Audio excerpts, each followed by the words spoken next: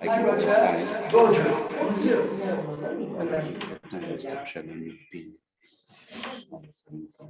Okay.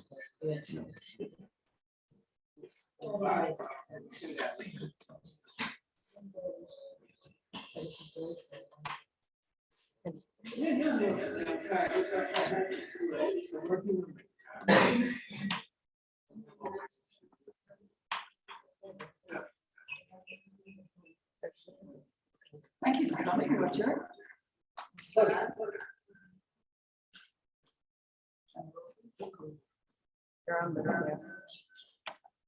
Liza's coming too, we hope.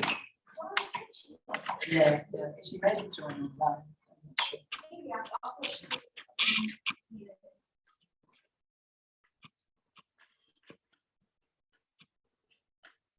Okay. So we can start. Welcome everybody. I'm just welcoming. I will just speak for 2 minutes. I will not bother you too much. Just that in the name of Gaia Education, I would like to welcome everybody to this event. It's good to see that the room here is practically full, and also online. We have a lot of people online, and I hope that you are able to hear us well. If you are not, just please say something on the chat room, and we will try to do whatever we can to make it a better experience for you. For the online people, I just want to say that this event will be in English, but if you are not comfortable enough with English, because we have people from all over the world, you can go to the page where you register, and we have the YouTube video there. And on YouTube, you can have the live streaming, the live transcript of the meeting. So you can see it translated in almost all the language in the world. Might not be a perfect translation, but at least you'll be able to follow the meeting. I will also love to thank to Clooney Hill and to the Finhorn Foundations for hosting us here. And unfortunately, this is Erasmus Plus project. It's an Erasmus project from the European Commission. And due to Brexit, it might be the last one that we are able to do in the UK. At least let's hope that very soon we can do it in Scotland or in the UK again. I don't know, I'm not my intention to become political. But it's really sad. This was the place where Gaia Education born. It's the place that many of people that work with Gaia Education, many of you are in this room, and you will see that Gaia Education inspired so many organizations around Europe, and many of them are also here in the room and online. And it's sad to see that this forced breakup it's happening, but at least we are able to be here for this. That might be the last meeting, but we will keep our foot always in Finhorn. Jane is here, and that's my second thanks is for Jane Rasbash to hold this event. And Jane has been incredible during this week because we have been receiving people from all over Europe, and Jane has been welcoming everybody, organizing everything, and she will do this final mile of hosting this event. I hope it's the easiest part, but I know it's a lot of technology, and you are very good with videos, and sometimes the technology is not that easy. But yeah, just that. Thank you very much for being here. I will be speaking again later about the community catalyst projects that we also have. But for now, I will leave you with Jane. Okay. So shall I share screen?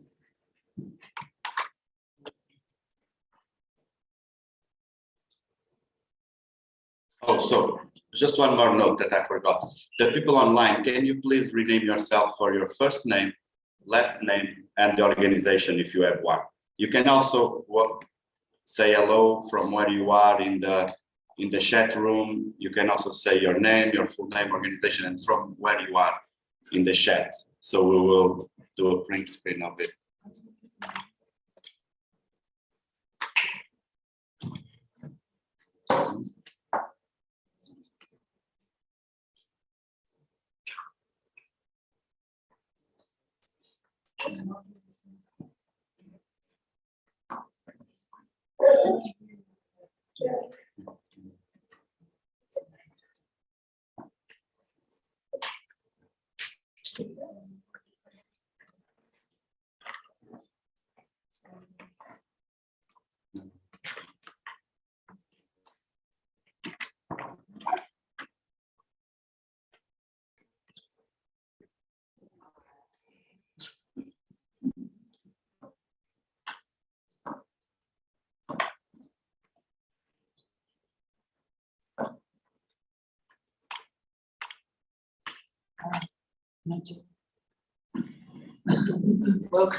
Welcome everyone. Thanks for the technical support and the Gaia team for all the other emotional and practical support.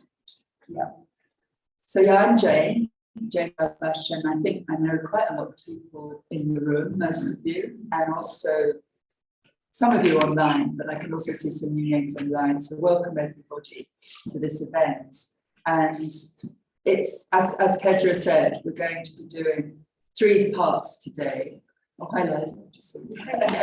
Yeah, we're going to do 3 parts today. The first part is the Gaia YES, what we call Gaia YES multiplier event, which is we're going to be talking about the Gaia YES project. And this is a meeting we've been having the last few days here at Clooney Hill.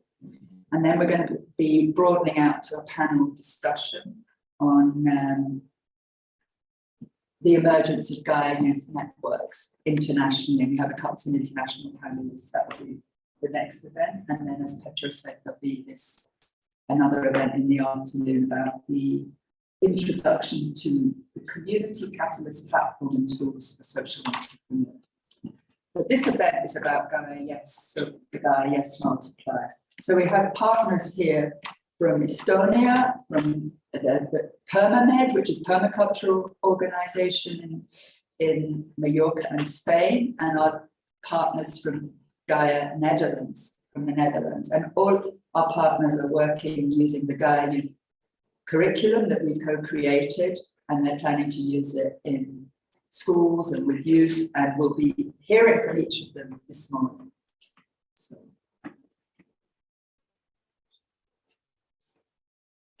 Yeah, so just to, I know some of you will be familiar with this, I think most of you will, but the roots of Gaia education and all our programs are in the 4 dimensions of sustainability. So that's the social, the worldview, cultural worldview, the ecological and economic. So we look at these 4 dimensions in all our eco-village design education courses, our online courses, and all our programs and our EU partnerships. This is what Gaia Ed offers to the partnerships to inspire many other things.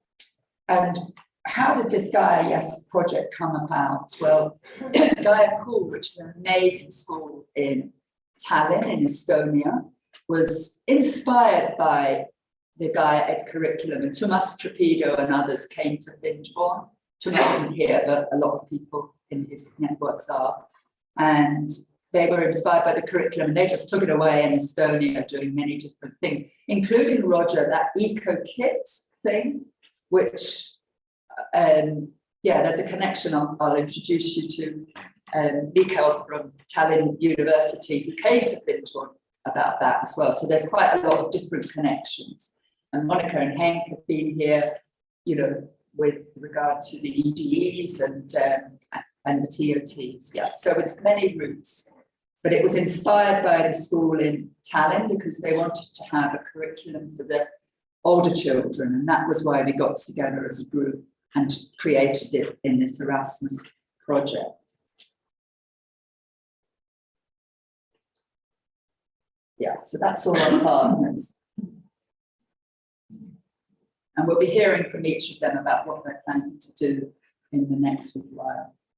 So what are we doing with this partnership? Well, basically there's 2 things. They call them intellectual outputs, which, oh, hi, Dorota, which is an EU term, but basically it's an education for sustainable development, holistic curriculum, broadly based on the 4 dimensions, but made culturally appropriate.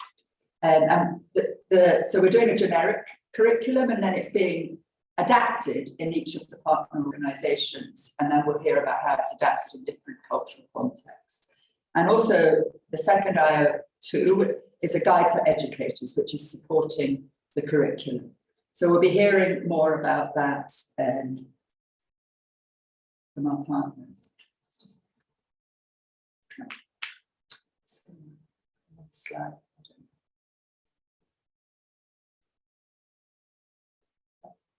Yeah, okay, so yeah, the pilots. So the Gaia Netherlands are piloting in schools, and we'll hear from them first.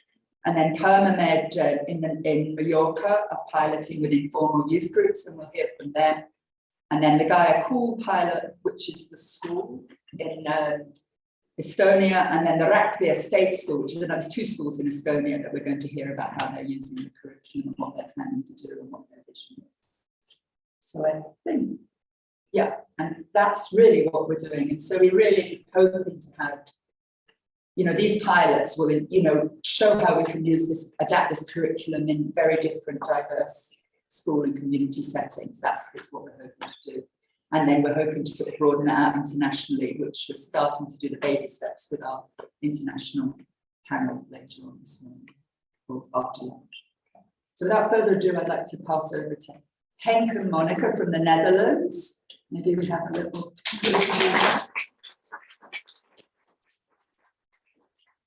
We'll share what we're doing. Welcome, Henk.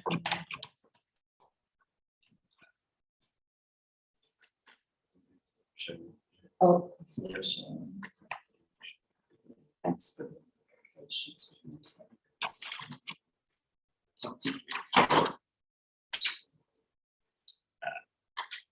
So, happy to be here. Happy to be able to present what the results are. One of the results is of our work in this project. As you saw, we are the ones working on on how this curriculum can be used for teachers and in informal schools. So I think I'll switch on also sharing the screen. No, I'm not able yet.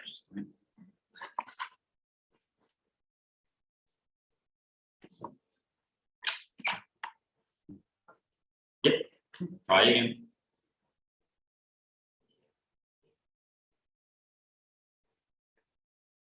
Does it work? Yes, got it. Okay, super. Well, I'll have to introduce ourselves first. I'm Henk, chairman of the Gaia Netherlands Foundation. Next to me, Monica. Monica is the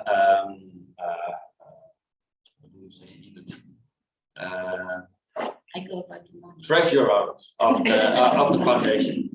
So we are with 5 board. The board is 5 people, and Hugo is also online. So quite a bit of the board is there. Let's start. What are we going to see? First of all, I really would like to show the website we developed for Gaia YES. Then tell about the Sustainable Storage Challenge we did in Holland, and it was quite successful. Then switch on to what we think can be done in the world with curriculum in regular schools by story-based learning. Then switch on to the future. We are talking about brain stud and looking to the trainer teaching. There's quite a lot of stuff on my screen.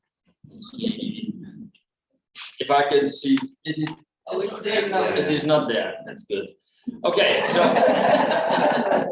yeah, so it would be too much. Let's see. You see the front page of the website. Let's switch to the website first. Here we are. The website is built up in several parts. Obviously, you see the homepage first. There is at the top the possibility to go to the curriculum that is developed by IO1. We've got a teacher part, a student part. There's a meeting plaza, tools and downloads, and yeah, there. Let's have a look. Maybe we have to tell something about vision and mission, why we created this. Okay. Do you like No, this? no. Okay. Yeah. Well, we thought we have done a project for 2 years, and we really have looked how we can support curriculum developers, teachers, and also students to create a more holistic area in their schools or in their informal projects, education. So, and what we have done in this website is all the things what we have learned and discussed, bring them together in one place. So that's where we start to look at. Yeah. Yeah, let's first have a look at the student parts, because we're doing it for them, in fact.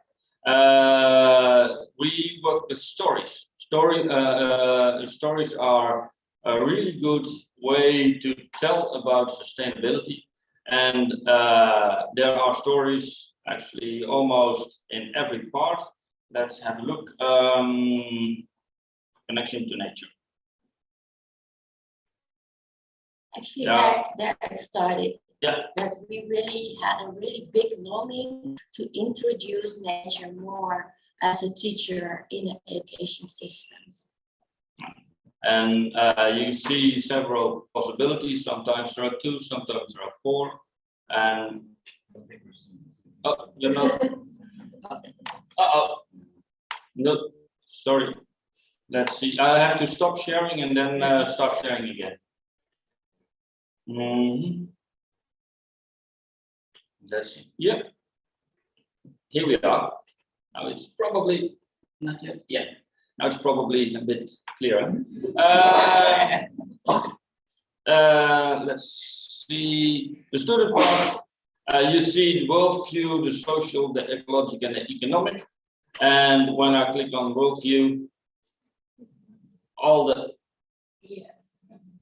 several fields of worldview are there, and then you can go to connection to nature, and it will switch to the stories.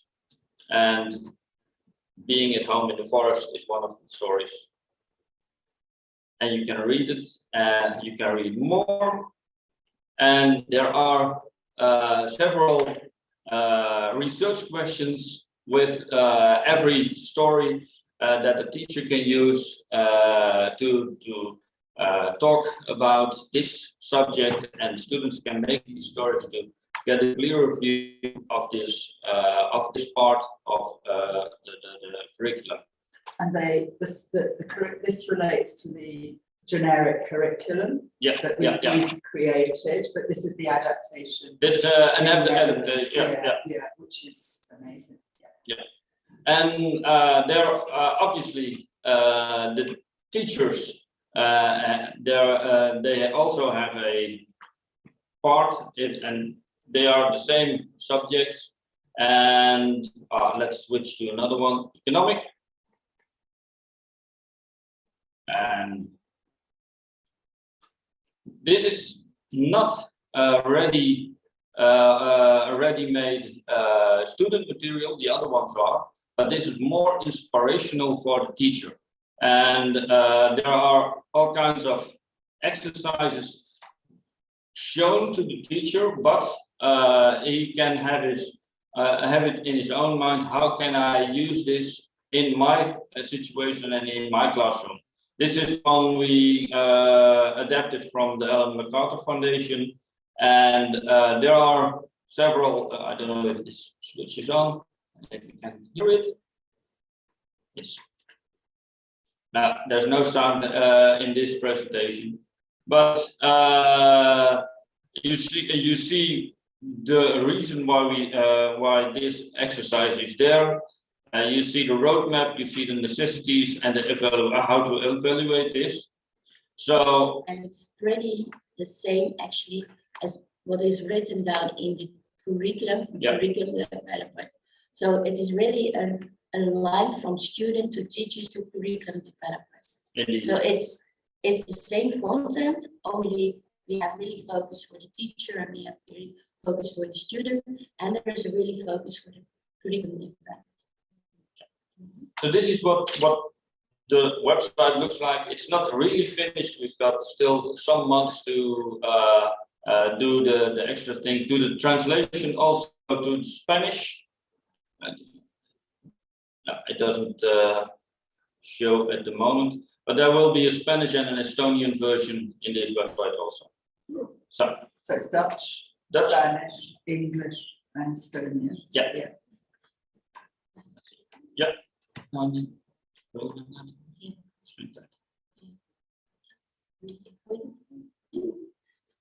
Okay, this is the base of the curriculum, and if I scroll down, it will be all streamlined. Yeah, we're actually going to get a designer to work on the presentation of the curriculum for the final version. You've got the text, but I don't think we need to. No. Maybe you could share the video of what you that you would about your multiplier. Yes, Yes. I will. Yeah. You started. Let's see how to stop sharing and share the other one again. So hope you find your way, and still in progress. And we'll send links to the website to everybody who's here and who's online. Well, In the final version. Yeah. Once it's ready. Well, in Holland, we adapted the website a bit. We did a challenge amongst students to write sustainable stories there where the sustainability meets their own life. And it was quite a success.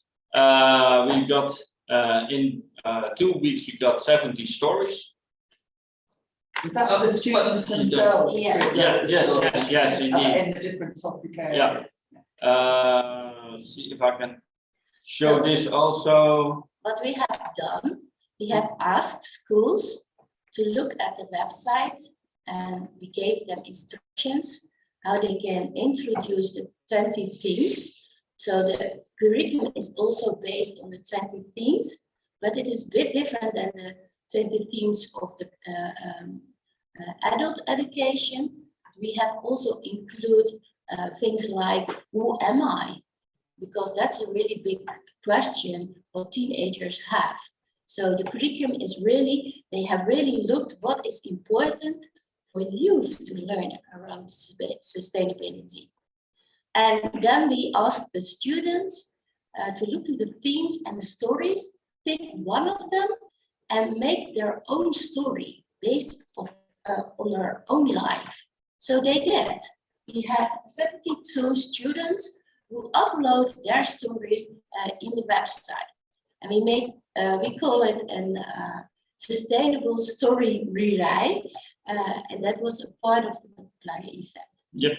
And the evening before the final date, they had to give their stories to us. I sent a little email, take care.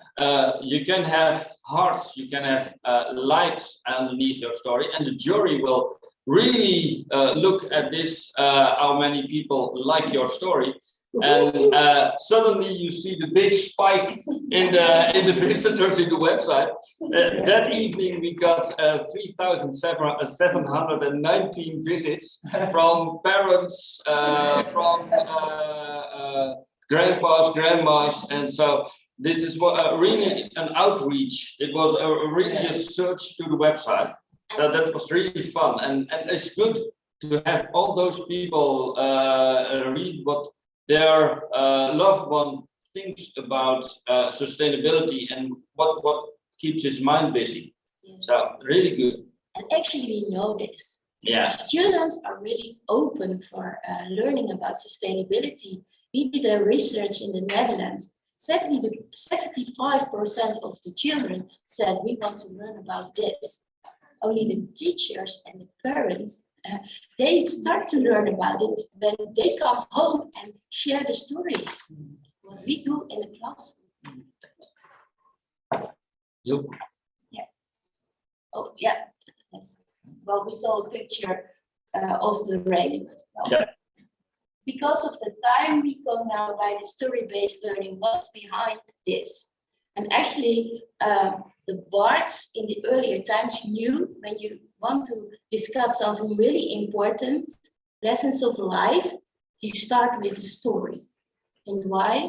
In a story, you can really connect with your heart. And that's where change starts for us. So there they are. The stories are in the middle of everything. And that's the reason we say, well, look for the stories where we make the change in our lives and share them with others. And when they hear about them, maybe they got inspired as well. And we took stories, what is fitting in the curriculum. You see the 4 corners of Gaia education, the ecological part, the economical part, the worldview part, and the social part. They are the corners. They say this is important to learn. That's actually the curriculum of IO1. And then we said, okay, when you have heard the stories, then maybe you want to broaden your view. So we made research questions so they can research the story more and also ask themselves, what do I doing in this thing? Or what do I think or feel? So we also include the other part. That are the 5 perspectives. And then we say, okay, now you have broader your view, but what is really calling you to research more in that? And make a research question about that. And then through the project-based learning method, you can really research that question in depth. And project-based learning is a really big stone we build on in Gaia education. Here you see all the 20 themes. You see we used animals, so make the connection with the theme and the animal to really include nature in the themes as well. And what you see, the head and the heart and the hands, that's a really important part of this education curriculum as well. Furthermore, what we found is during working with the 3 minutes.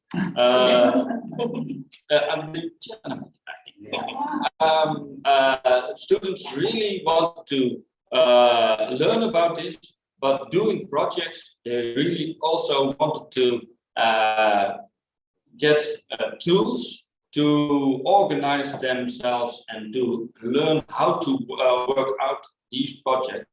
We found one really good tool, and that's the last thing I want to share with you. That's scrumming. Maybe some people know it, but it's quite an eye-opener. I've got a little video about it and want to show it. It's an inspirational part. You can find it on the website. I'll stop share this one and I'll show the other one.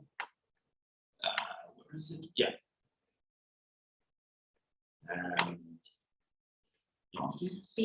Because we are waiting. We did also research with the students, and they said, please learn us how to cooperate with each other, and that we can really manage our project. So this goes on that. Let's see if we got sound now. I don't think so. Yeah, probably I'll have to switch it on again. Yeah. Yeah, sound is off. Yeah. Okay, let's do it. Drowning in our own schedules and our own to-do lists, and we had no idea where we were going with this. And then my teacher came in with this board, and it was like we could finally breathe. It was like, oh, that's what we need. That's exactly what we need. Scrum at School helped us create an overview of all the things we needed to get done. That way we stay calm and focused. Yeah, it also helps a lot for efficiency, because by staying calm in your mind, you just have an overview of everything that needs to be done. It's more of having one objective rather than trying to do everything at once. It made us be more structured, be more prepared for the problems we were facing.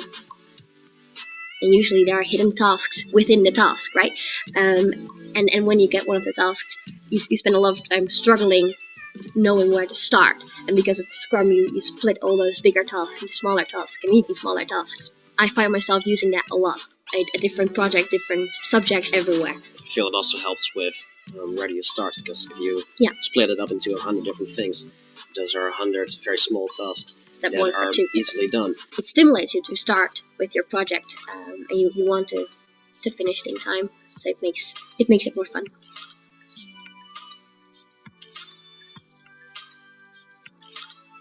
My name is Rick.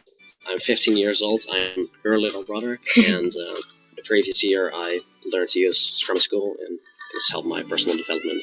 My name is Joyce. I'm 16 years old. I've used Scrum at school, and I found it very pleasant and successful. Calmness, structure, and Overview. So you got a little insight in what this system means. Probably, maybe some people know this already. It is used very much in businesses where, for instance, software is developed, and so they really learn something what is used in the world. And by now, I've had, I think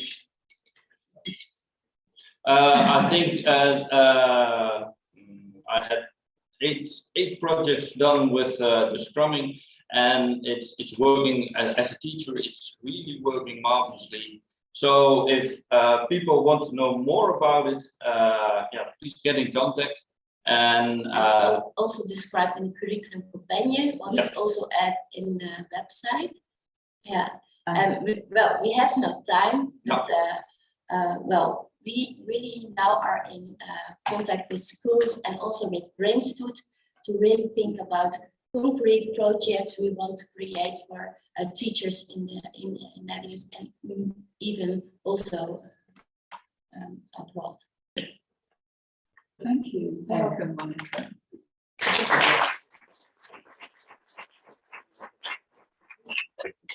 We have time for one or two questions before we move on to the next. If anyone has, there's one in the chat which says, "What are the selection criteria?" This is from Varsha Ajamira. I'm not sure where Varsha's from. What are the selection criteria? How were the students selected? Actually, they were students from my school, and there was not really a selection. Myself. I think the selection for the multiplayer event or for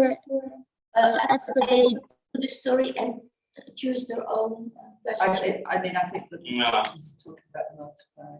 For the multiplier event. For the multiplier event, they all were bringing in their subjects and their stories, and they gathered the hearts underneath it, and then we all printed all the stories, and you could see how many hearts there were, and the jury was looking at, okay, and this story is about this, and this story is about that. So that was the way the judges decided who won the golden spark. And we were really focusing on hands, heart, and head. That was included in the presentation. That was the main thing we were searching for, and the connection really, that it was really touching others too. So thank you very much. If anyone else has questions, you can put in the Zoom chat or in the group. We can. After the next presentation, we'll have time for questions. So thank you very much, both of you. Great kick off to the day. Oh, I'm not to stand up, sorry, Patrick. I'd like to now welcome our Spanish partners, Permamed from Mallorca. I think I'm supposed to be here now. So welcome, Aline, Melin, Mandy, and Ely. Over to you guys. Thank you, Jane. Let's do the technology bit first and then get that out of the way. We also have a little presentation to share about our work with youth. So we are Permamed, Permacultura Mediterránea, which is Spanish for Mediterranean permaculture, very difficult. we're an association with its base on the island of Mallorca, and our goal is to work in the Mediterranean. It's not just there, but have some models because of the permaculture books and intuition we came from a different climate to ours. So that's why we wanted to have some more focus on the Mediterranean climate. Meanwhile, 10 years later, everything has moved on and there's lots more information there as well. So we are PermaMed and we have gotten involved in the Gaia YES project. We were actually born as an association. Mandy and me, we met in the Gaia YES in 2011 on Mallorca. And there was a third woman there with us as well, Lara. And from then we've evolved and we've taken in new people, and we also have Mandy's son here with us, Eli. So the group is growing and we are fluctuating and getting more demonstration sites as well. So we're over a decade old, and since then we have shared permaculture with a lot of groups, a lot of types of class of people, but we are mostly actually focusing on youth, specifically also because at the time the three of us had children in our family, so we wanted to involve them in our own process. And one of them is here. So basically, though, in informal settings, because at the time we couldn't find any of this offered in public schooling, be it private or public, but in the normal educational system. So what we would like to do with you all present here, and maybe at home as well, just have a little exercise. Like if we want to learn about sustainable design and holistic development, what have we learned up till now? How old is the concept? Maybe you are familiar with the history, and then it's not that old, the term sustainability. So what may be the first step? Maybe you know this exercise. So let's have a try though. We can all take our imaginary pen and have 9 imaginary dots on the palm of our hand. Go on, I invite you to to think with us. If you have these 9 dots on the hand, and you can connect these 9 dots, all of them, with 4 straight lines, and you are not to lift the pen off the paper. So you can have 4 straight lines, and all of the dots need to be scratched through. 4 straight lines, not lifting the pen off the paper, and not going back, not bending the lines, straight lines.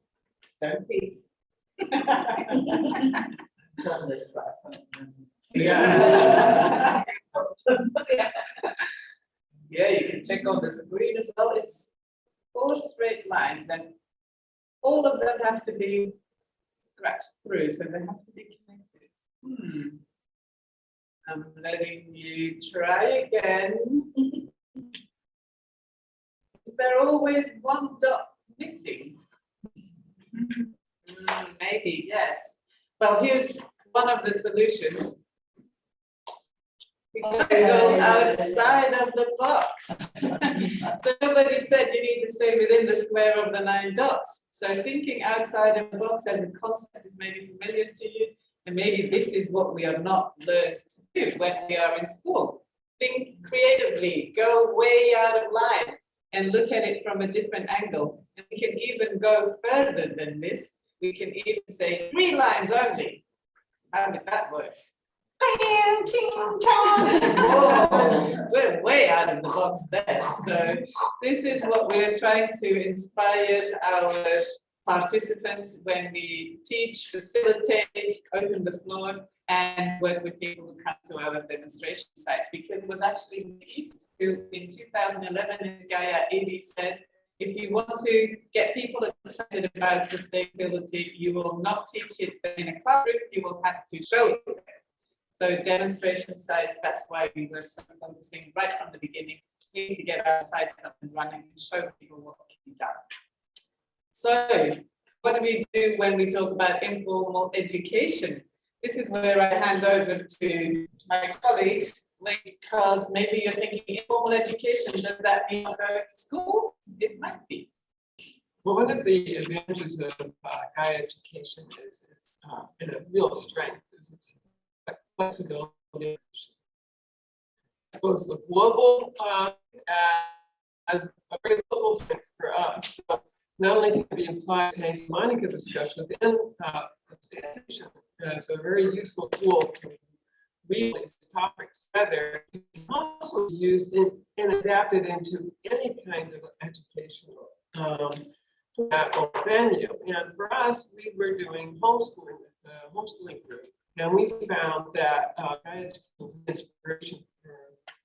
You did the Gaia education EDE when you were. Yeah.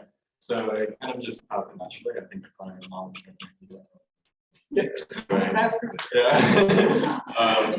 And I originally was just going to be helping out in the kitchens, and I got bored quite quickly helping in the kitchen. So I just kind of wandered into the big open air tent that we were doing the course in, and I mean, yeah, I just completely fell in love with it and just stayed. I mean, you know, there are moments that economical part I maybe struggle a little bit more. Like, you know, in general, I just really enjoyed kind of the let's say more hands-on, more like straight up approach to it. Right?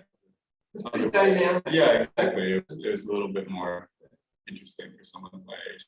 And that's that hands, head, heart approach. It just kind of keeps people engaged. And it was a lesson to me to see my son was perfectly able to follow a curriculum that was really targeted for adults. Now we've tried to adapt it in this project, so perhaps it's more engaging to young people. And one of the groups that we're going to hope to be working with is the homeschooling group that you're involved with. Yeah, I've been working with them for a while, and it was set up by this wonderful lady called Tony Hansen. And they are focused on getting their GCSEs. But within that, and this is where I see the Gaia YES potential, so it's amazing. We do so many sustainability things. One of the things I think is the top. Is when we did, where we went to one of our demonstration sites, and the youth, our youth are permanent youth, were able to show them so many things and so many things together that they are actually doing in their. It was an amazing experience. And right there in the picture, you can see my son. He's the one's giving me this workshop. And he actually went on an Erasmus Plus to Italy. That's right. We found just like it's so useful at home as homeschooling or through a good complement to a GCSE.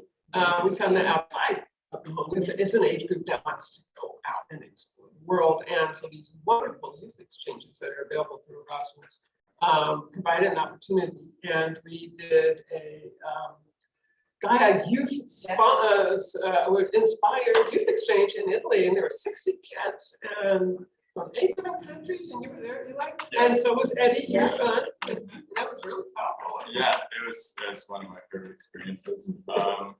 I think in these courses, like, you learn a lot and you do a lot when you're in the course and when you're, doing the things that are being taught. But one of my favorite parts of it was just kind of, although I had traveled around Europe, I guess I hadn't realized how much you find other people who are like-minded into these topics. And really just, it was a really nice way of getting to know people from all across Europe.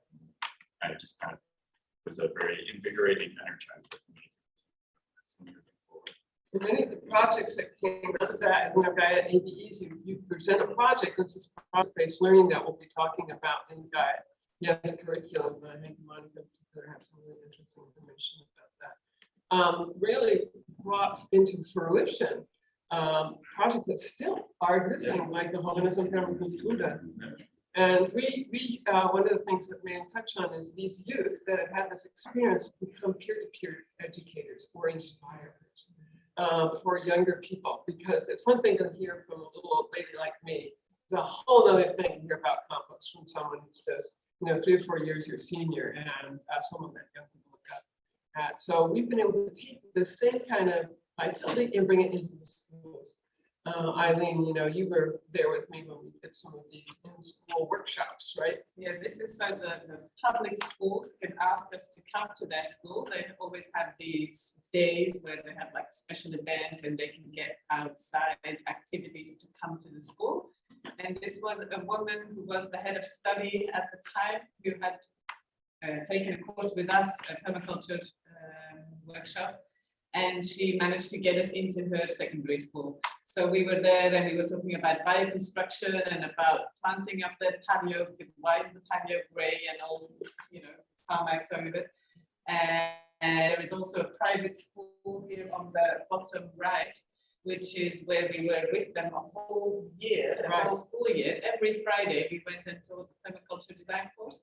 And this is the secondary age, so they were thrilled always. So our experience there is indeed that when you go to the school and you're allowed to do something else, you're well accepted. When it is in the school curriculum, it's harder. So why is that? So, but we also go to events that are specifically set up for schools. This was at the university campus, a little fair on sustainability, and one of our youth groups went over and talked about the solar cooking, and it was a great hit.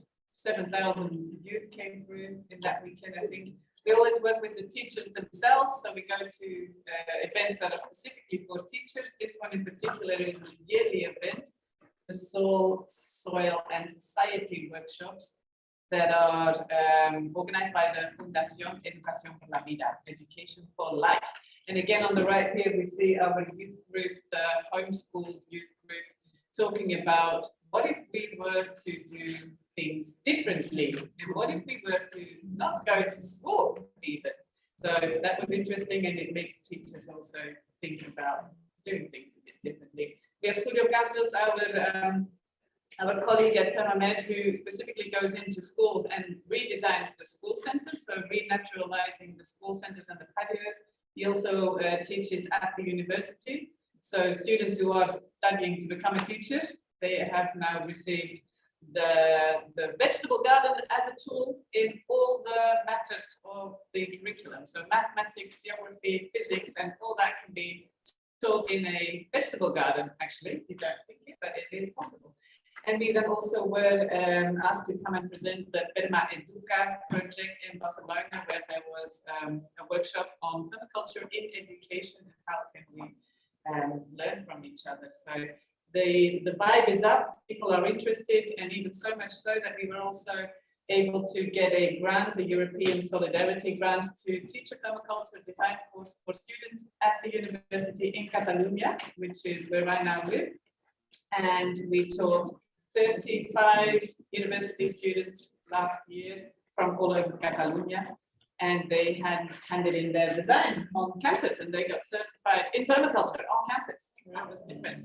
That was possible through the solidarity projects. So when Manny spoke about our youth then goes on to teach other youth peer-to-peer, this is the type of workshops that we do at our demonstration sites. They can be an hour, they can be a day, you know, the flexibility, the inspiration within the curriculum allows you to use it in a way that works.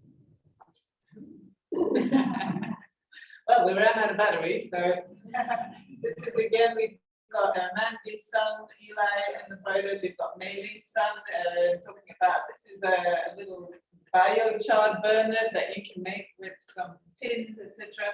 We're talking about vegetable gardening, solar dehydrating. We're talking about the design in general and always trying to design relationships. So this is actually what we do with our association. And I don't know why my arrow never lets me go. We also have local youth visiting our demonstration site, as in administrational organizations that are like the Bund Jove, which is like the local youth point. They come and visit us also in Catalonia, which is where I now have my new project and demonstration site with La Casa Integral. And they check out the mass heaters, rocket stoves, the compacted earth blocks. The solar cooking is very, very interesting always to them. They're just like, what? This satellite dish can cook your meal? And this is on Mallorca, the huge group of teenagers that we taught in their school. They then also asked to come and visit our demonstration site for permaculture circles. And on the other side here, we have even secondary schools from Menorca coming across to come and visit us. And this is Mandy's husband with his famous solar paella. So always, the food is always a good entrance into the heart. It brings them all together. We just, although permaculture is often associated primarily with gardening and sustainability, in all our courses we talk a lot about just how to communicate and listen and share social. I think social concerns are very big in this age group, and so sometimes it looks like we're doing solar cooking, but we're really about how to do that. Exactly, and this is also why these courses, the timetables have become more flexible, because in the beginning we were like wanting to give all the content and then a 10-minute break and quickly come back because we have more to tell you. And then we thought about the open space and World Cafe dynamics that you may well know, which actually tell us that the breaks are more fertile than the content time. So the break is longer, we have lovely food, Mandy always puts lovely local snacks on the table, and people really connect. So that's where the magic happens. And yeah, so I need to get back to my little arrow this end, because we've just got a couple more things to show you, because of course during the last 2 years we had to go online. So we are now even in a conversions online. The European conversions was online. Our youth Eddie is here. Yep, Mark, and they gave a talk online to thousands of people. It's really interesting. Very fun to have use sort of embedded into a webinar that really see. They get inspired to set up their own projects. We need to skill up though, us all these. And luckily we have some international mentors that have visited us on our demonstration sites, like we see here, Rosemary Morrow, she's been a couple of times, a couple of years in a row. Morak Gamble, and then Satish Kumar, who's here. Right. He's been a lovely supporter and of course a strong advocate of art. Yeah, one of our demonstration sites was named after him, the Estonia Kumar. Yeah. Great friends, and there's Daniel Well as well, for those of you who know the French middle. And as my colleague have mentioned before, from all these experiences and from youth growing up, from a Gaia ED course, through permaculture workshops, through connecting, through youth exchanges, through working in the schools and being able to teach their own peers, they've now got their own organization, Youth in Permaculture, in Spanish called Jóvenes en Permacultura. It's like, yep. Yep. That pretty much ties it up for us. Questions. Yeah, and I just like to say, when I visited Mallorca with Mandy, I went to one of the youth events where it was kind of led by the youth, and they were all planting trees and they were painting things on the sidewalk about the permaculture. Yeah, and also about the sustainable development goals. And the SDGs, yeah, it was amazing. Yeah, it was great to have you. We can send a link to the little clips we made. Yeah, it was really good. And this is sustainability when people do things for themselves, from the next gen and doing it for themselves. And they're really good at all this techie stuff as well. So they can kind of make it really exciting on that. Yeah, lots to learn. They show the world what they're doing in the school, and they're even getting visitors excited, because we all live in a very touristy area. Mallorca, Balearic Islands, I'm on the Barcelona coast. So we've been approached by several local tourism organizations who ask if we would like to offer even to cruise ship visitors sustainability education. Yes. Okay. Why not? That's interesting. So it is interesting. So we're hoping to also catch young visitors with our activities, and these are the organizations that we can approach by. So hooray, hooray. Yeah. So thank you so much, Ali, Malin, Mandy, and Eli. And Eli, from Permanent. Is there any questions from the group before we move on? Just a quickie, I cannot notice any proficient or the English. I presume that there are a few Spanish speakers. Yes, so mainly Spanish, and on our board, we have several Spanish people that weren't able to come to this event. But Mallorca is a very much of a fusion culture. And so all our courses are done in Spanish, pretty much, all of them. Even And our website's in Mallorca. Spanish. Yes, a local dialect. But I think you make an interesting point about bringing Gaia education into local communities, whether it's across cultural concerns or just local, sensitivity.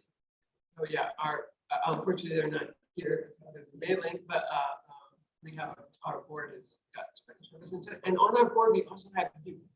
So we have made a place at the table for young people to help direct our activities, because we feel if they're not part of the design, we probably won't be doing what they need.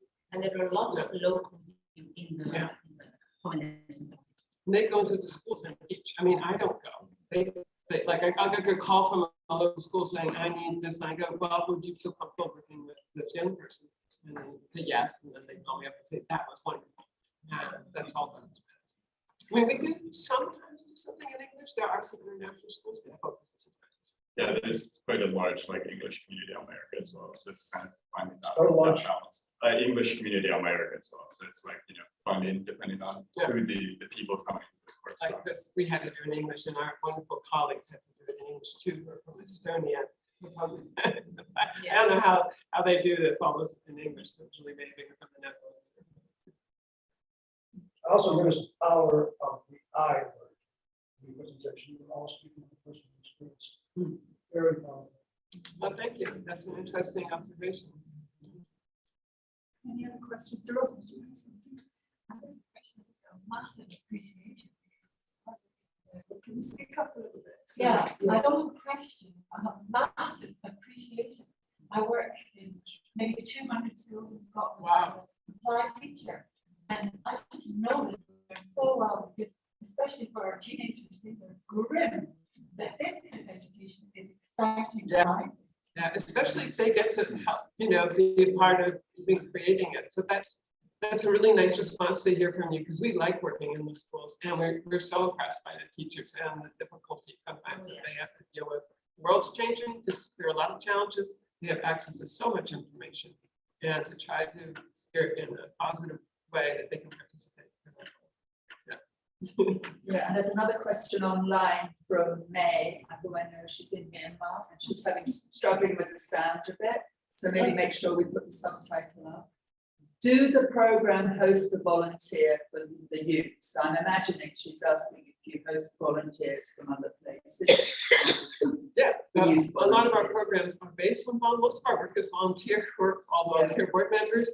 But we don't have residential capacity at this time right now, but we probably will be exploring that in the future. So people have to volunteer. So we have people come, like I said, we're traveling, and they'll stop by one of our sites and they'll volunteer. So informal volunteering opportunities. Informal. At this time, that would be something that we could explore with Erasmus, for example. But this is people asking from other Myanmar, which is Burma, and I have strong. But I strongly encourage them to work locally first, because I think it's going to. I'm sure they're doing wonderful things in Myanmar. One of our youth went to Myanmar after doing a Gaia course and just had a little time working there. Yeah, you met him. That's right, Jim, when you were there. It's an international world. People are traveling. So there's another comment. We could also share our volunteering opportunities in the Youth in Permaculture Network. So maybe that's another mechanism we can. Absolutely. And there's a wonderful international group by Mariah called Perma Youth that has all kinds of things going on that I recommend that you also explore youth activities. So are there any other questions from the floor here? I'm just checking the chat. So who got thing right? That's a bummer. Oh, yeah, Miko got it. At least got a PhD. Yeah, there's more games like that break you out of your box, and I get caught by them every time. And I know there's a trick, but where is it? So yeah, so programmed. Our generation. Yes. So thank you everyone.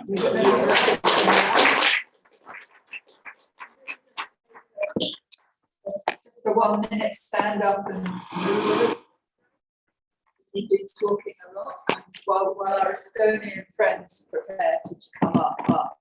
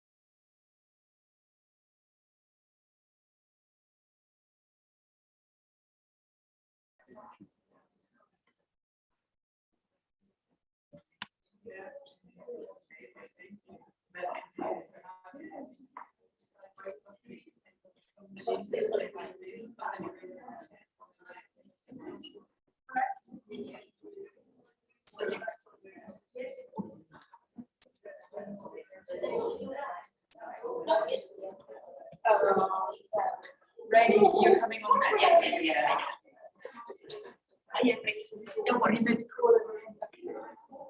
Yeah. Is it still recording? Because I'm Yeah, it's on YouTube. very good. Because we need this recording later. We have to record. They told me we have to.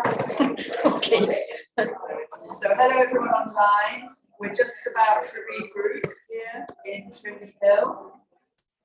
Thank you for your patience.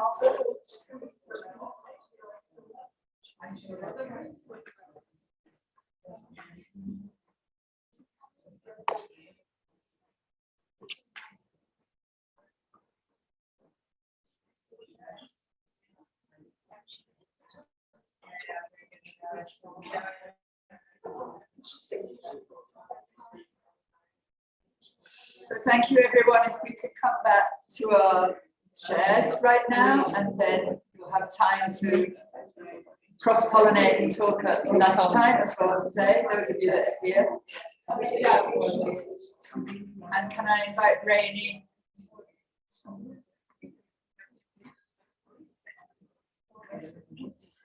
Jane, is this recorded? Yes, it's on YouTube. Do you know where Rainy is? Ah, Rainy. Yeah, so I'm going to invite Rainy. And maybe you can introduce the guy called to Rainy. This is the school in Estonia that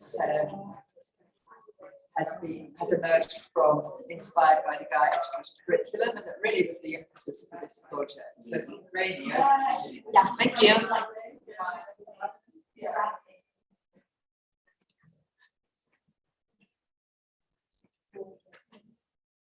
Hello, my name is Raine. I am from Estonia. And you know, I was given this task to introduce Gaia School. And you know what happens to you when you are given a task? You have to feel responsible. It's like your hands are sweating, your stomach is grumbling, and it's like, oh my God, what can I do? And then you see all the other presentations and say, oh, I didn't prepare anything. Oh, I don't have a PowerPoint presentation. What happens to me? So this is what we do to ourselves. We put ourselves into a box and we sort of feel that we have to be this and that, and we have to do certain things this way, and the other things we can do that way. And then after all is done, we can play. But this is not really what life is about. I don't feel that it is, but this is somehow the way our schools work. Yeah. You have to be here by that time. Then you have to attend this lesson and the other one and the third one. And then all the day is over, you have to do some extra stuff because you want to be successful in the future. You have to learn this and you have to learn that. And maybe later when you go home, no. When you go home, then you have to do your homework. And after that, just briefly before going to sleep, then you can play. So all my life, I have been thinking, like, really? Is this the life that we want for our children, for ourselves? Why? Why do we do that? I have been a teacher now for, I think, sort of 16 years, yes, yeah, maybe more. And I was asked to come as a substitute teacher to the local school where I live. And I was like, no way, I'm never going to go to be a school teacher. This is horrible. I don't have any good memories from my school time. Actually, I didn't attend much. I was like sneaking away every possible moment. Yeah. But then again, I sort of felt that, oh, but maybe I can do something differently.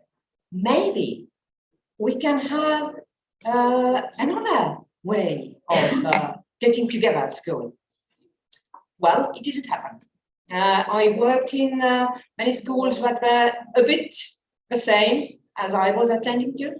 But then what happened was, I'm not going to go into a dream because this is getting boring. Like I'm telling the one story to every person I meet. I don't want to do that right now. Thing is, I entered Gaia School building and I realized finally, this is the place where I can be who I am. This is a place where we can actually play school. Why not? Let's play school. Let's do things so that it is fun, that it carries you through the day, that it gives you not the understanding that this is what I have to do, but this is what I want to do. Yeah, I have to admit, we are just halfway there. Yeah, because, you know, all the restrictions and national curriculum and timetable and subjects and so on and so on. But it is possible because we want to. We want to do things so that it is fun and it is play. And as you have seen previously, all those wonderful partners of this project, they have already done it. They are doing it all the time. And this is what we are doing and planning to do and wishing to do at Gaia School as well. To play, to have fun, to actually be present. Because you know what happens in a classroom? It's pretty much what happens in seminars as well. There is one person in front of each other and in front of all the people. And this is a very important person. Yes, yes, yes. They are speaking about important things. I have to attend. I maybe even have to take notes or whatever. And then I'm sitting and I'm noticing that all the other people are like, they are not really there because yes, yes, yes, this is important that this person is talking about, but it's not really the format. I have some interesting stuff waiting for me at home. Yeah, yeah, and maybe, oh, yeah, yeah, I didn't feed my dog this morning. Oh, poor thing. No, he's back there and he's feeling sick or whatever he's doing up at home. And all those thoughts come to our mind, then we are not really there. Then we are not really participating. And this is what I see at school all the time. Whatever the school is, there are still people who are not participating because we don't really know what to do. But if we move towards freedom and towards good feelings and fun and play, then it is okay if the children come to their first field trip dressing up fancy and then in a forest asking the teacher, sorry teacher, but where is this bark-free zone where I can sit down? You know, it is okay to do that because they haven't been in the forest yet. They don't know. Then they go there and they learn that this is not the dress to wear when you go to the forest. But they didn't know that before. And there is no actually point of telling people what they have to do, what they need to wear, and how they need to behave. They have to feel it themselves. They have to really be into it. Yeah, I know that this is not really the Gaia philosophy what I'm talking about, but this is mine. And I'm here to represent Gaia School, just briefly, because the PowerPoint presentation comes later. Yeah, I'm not doing that. So, yeah. Thank you. Thank you. Thank you Yeah. very much for your personal experience. Oh, you're Oh, running there is away. question. Yeah, There might and I be just- question. Oh, okay. Yeah, and I'd just like to say that on our international panel, Marek, who is also from Gaia Cool and one of the initiators, will be giving a presentation in more depth on Gaia Cool, and one of our panelists on the international panel, which will be at 1:30. So we'll hear more about the amazing Gaia Cool then. But thank you for sharing your experience. Yeah, And if thank there's any question for Gaia Cool right now, we have some time. From either from the room or.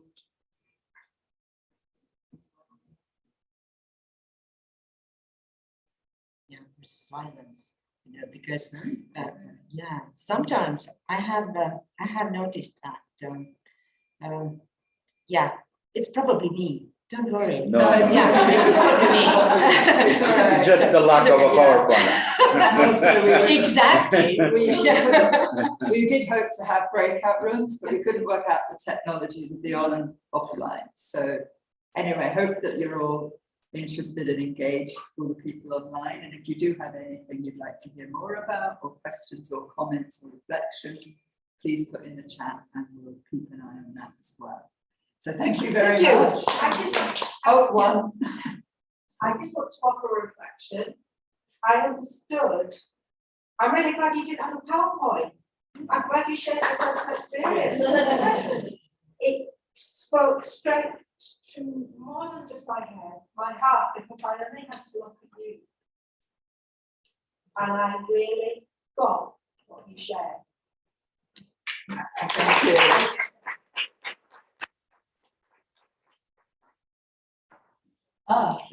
Is there a question? Who is it? Jules. So can Jules, someone has their hand up? No, it's there on the chat. Oh, it's in the chat. The last one. Are you using pro-social methods? Oh, okay. So maybe any of the Gaia YES people can answer. The Gaia Cool people can answer this. What is the question? Are you using pro-social methods in your school? I don't know what pro-social. What is methods it? are. Yeah, I please. don't know that we know what that is. Does anyone know? Pro-social modeling, isn't it something like Well, that? it just said pro-social methods. Yeah, it's new principles of design as well based on Eleanor. I have no idea what it means. It's something like scrumming, you know, it's the new talk of the day. You need to know these things and we don't. So I am so sorry. Yeah, so thank you, JE. I'm not sure who JE is. Jules, we're not quite sure what pro-social methods are. Some people in the Spanish group are, but I'm pretty sure we're probably doing the something point is, similar. yes, the point is that this is a very good example of how you start doing things intuitively, right? You sort of understand that this is the right way of going. And you do things, and you don't know what method this is. You don't have a definition for that method. And later on, somebody comes in and says, oh, you're using this, whatever it's called, you're using this method. And then you're, oh, am I? Is it called like that? So I think this is exactly what happened right now. I really don't have no idea what this definition means, but we are probably using it.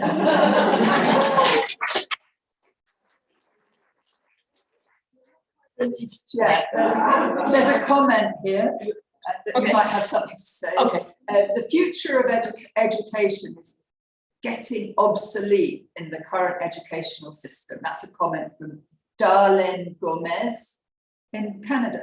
Yes, Yeah. I agree. Yeah. Absolutely. Okay. Thank you. So I think we've addressed the questions and comments online. Anything from the room? Dorota. Yeah, I have a question as a teacher. I'm sure many people can relate to your experience of school. I'm wondering, was it always like that? For example, in your primary school, did you have a happy time? Because they're often very different.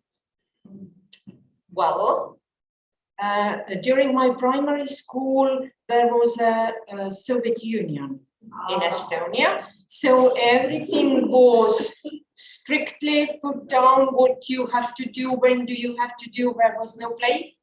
whatsoever. Good for me was that everything that the other people were learning and doing, I already knew.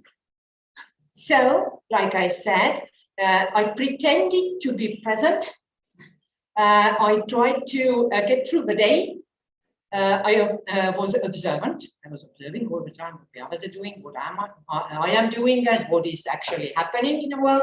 And it was exactly like that. In my mind, I was someplace else, doing something else, thinking about something else, and then just doing the compulsory things that had to be done. I was very good student. I had all perfect marks all the time. I was very good because I realized that this is what they are expecting of me. So not a good experience. No, but a perfect one. But a perfect one, because it showed me in depth what I'm not wanting to become. I totally.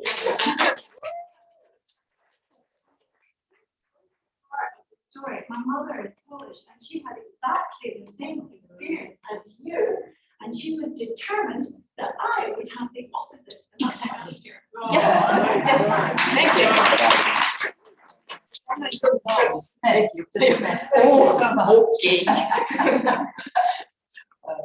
So thank you very much. Oh, just one comment. Oh, pro-social, well, I think it's pro-social, uses ACT, which develops psychology flexibility. You described it well. It's being used in schools in Australia. So that's good to know. Thanks, Jules. That's great. And hopefully we can cross-pollinate more between our partners and these methodologies and just kind of share and learn about them. So thanks for that. So now, wow, thank you. That was amazing. And we'll hear more about Gaia Cool Experience, as I said, in the international panel. But for now, we have another, I'd like to invite Mikhail and Lisa up, who are also from Estonia. And Mikhail and Lisa kind of have a dual role in the partnership. They started off, they still represent Tallinn University as our partner, but they also are piloting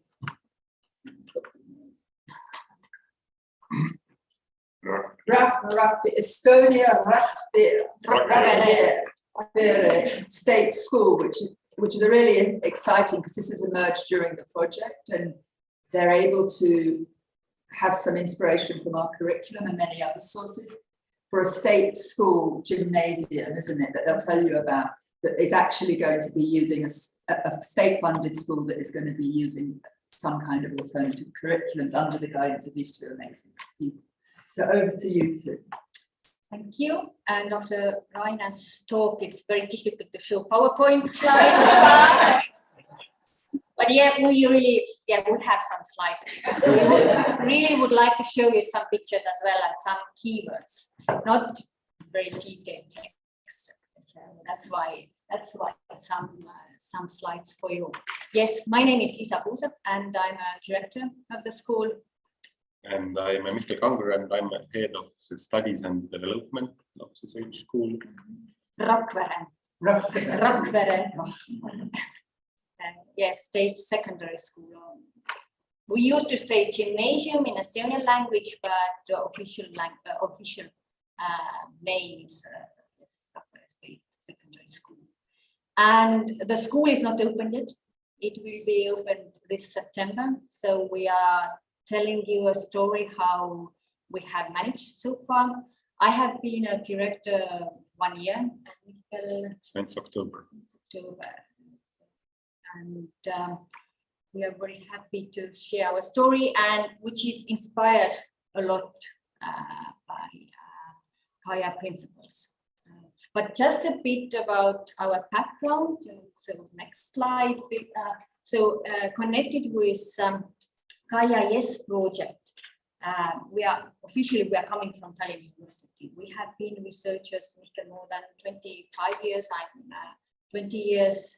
And we are ecologists, so we both have PhD in ecology, and during last 10 years, I suppose, we have done quite a many projects connected with education for sustainable development. And this is the reason is environmental awareness. So we saw that environmental awareness and the situation in the environment was bad, catastrophic. This it was the main reason to change our direction to education, or one reason to change the direction. Yeah. Okay, and that's why now we are here, and Tallinn University is a partner for this Erasmus project. But now about our school or school development. So just short introduction or short facts and figures for you. So yes, the school is not open yet. We opened it this September, and school is state funded. It means that in Estonia, a big reform in educational system started like 10 years ago, when in each county there should be a state-funded gymnasium. So before that, all gymnasiums were funded by local government, and it made kind of unbalanced system. So, and now we have, and our school will be the last one actually in Estonia. So we have now almost 20 state-funded gymnasiums. So, and our school will be for 540 students. At least it is designed for 540 students. At the moment, we already have 450 students. So for September, and it is for a little bit more than 30 teachers. Today we have 28 teachers already. So fine, absolutely happy. And what else? Yeah, we will have brand new house. So if you show next slide. Location, yes, maybe just to show you where we are at the moment, and in Estonia. The next slide show you that the school is 100 kilometers from our capital. So it's a very good train connection, and we when we applied teachers sent us applications. So we got applications from all over Estonia. So, and this is something that we can imagine, or we think that this, as we inspired by Gaia education, and Mikael will tell more about the structure of our studies. So somehow it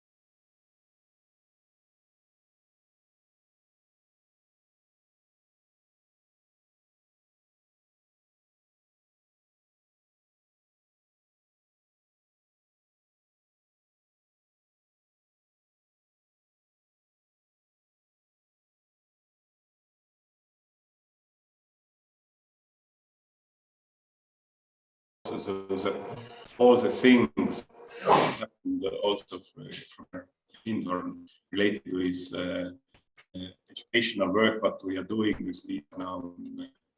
We started with the work in university, but now during this project, at the beginning of the project, we were just asked to help and think about the pedagogics and the ecological part of the curricula. We're asked by the market to help develop the higher secondary school curriculum. But things have happened that there was a call, Lisa applied, and I applied the position for the studies. And at the moment, I think, like I said, we have inspired 30 people and 40 students to join the school, and we hope it works out.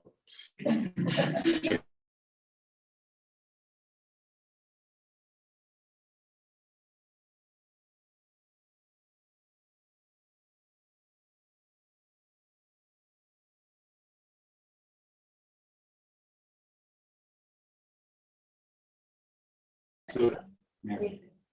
Is it on the computer? Because I've got still got the picture of the school. So the first task on creating the school, if the house is built by the others, but our task is for first to put on develop the curricula for the school, and for sure we need to follow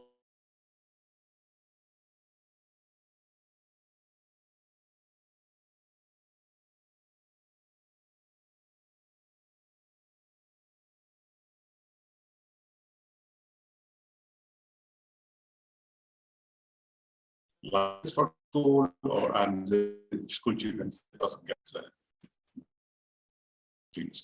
certificate that's in school. Okay, the state curriculum is probably the most liberated curriculum. So the state is only the outcomes of learning to where the children should reach out, and how things are is absolutely done by the head of the schools or the teachers. So we can choose pretty much what we're doing at the school.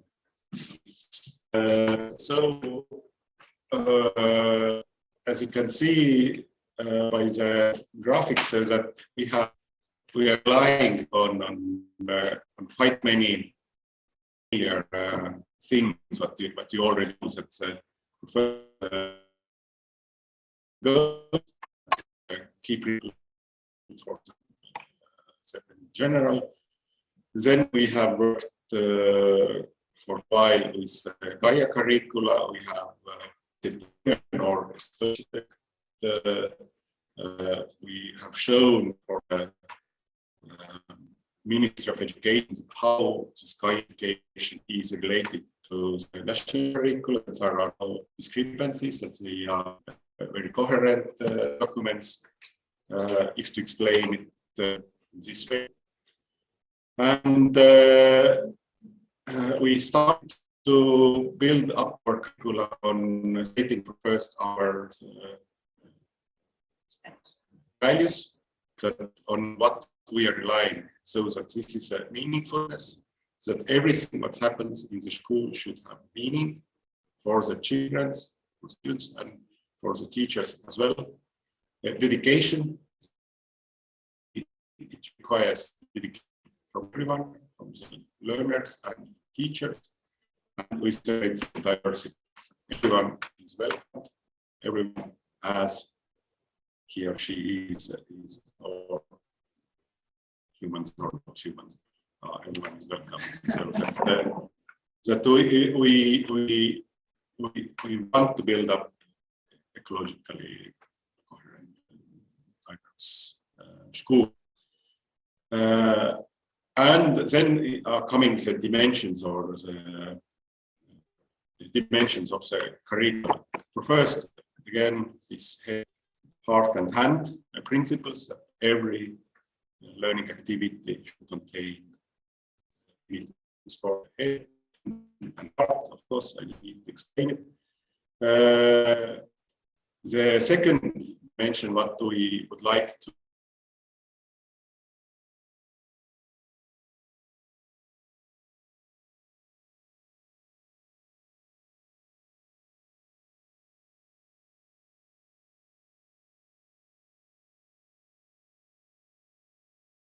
bring good for the world. So that everything what we are learning is learning through us, but it should develop also the community and the world, so that we're doing good for this. What we are bringing in is more integrated learning activities. As I said, that the state defines the learning outcomes, and it has developed through history in very interesting ways. There are a lot of learning outcomes what are needed, and it brings a lot of stress into the schools, and there is lack of happiness in the schools because of that. But we see that with some integrated learning activity, we can reach the outcomes of several learning outcomes of different fields, of different academic disciplines. So, and it should be the normal way how we are learning, because in real life we have the obstacles, we have the issues to be solved, and they never can be solved based on only one single academic field technologies. We always need to integrate it, and so far the schools are lacking of these experiences how to integrate the things. And I think that our background from psychology and from the work what we have done for the university, that we have some skills, technology, experiences how to do it. And we hope that we can save some working time for the teachers with this.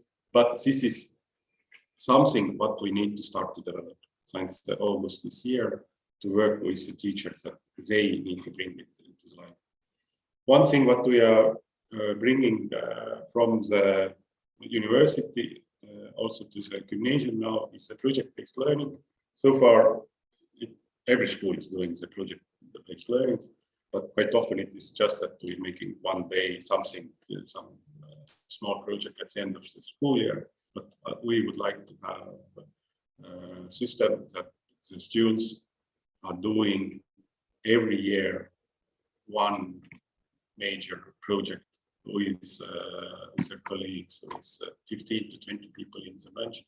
They are deciding what this project is, what they would like to develop, and where they would like to reach out.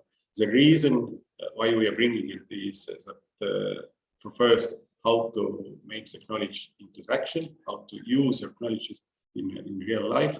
But the other thing, we are working in local community, and we would like to give students experience how to live, how to work, how to develop the local community. So far, most of the curricula are stating that this school prepares students to learn into the next educational level. So gymnasium is preparing students only to learn in university, to become a student, university students. But for local communities like Rakvere, it can be quite devastating, because young people are leaving these communities because they don't know, they don't have this experience how to be part of it. They have lived there, they have maybe had happy childhood there, but they don't know how to make business there. They don't know how to connect to these people. What are the opportunities? What are the tasks? What are the needs of the community? How they could participate? So this is lacking from our educational system, And through this project-based learning, that the projects, what they are choosing, are focused on developing the local community. And then, of course, they should be all related with sustainable development aims and so on. So the curricula is built up on modules. The state defines 69 courses what the school children should take from the gymnasium level, and in order to finish the secondary school, they should cover 96 courses. So there are a bunch of courses what we can define by ourselves. And it is quite often asked from us, so still now there is a kind of tradition or saying that, okay, what is the focus of the school, for what you are focusing in, and then most of the secondary schools are focusing into the science, humanities, and economics or something like this. And we're saying that we are focusing on how to be a good human.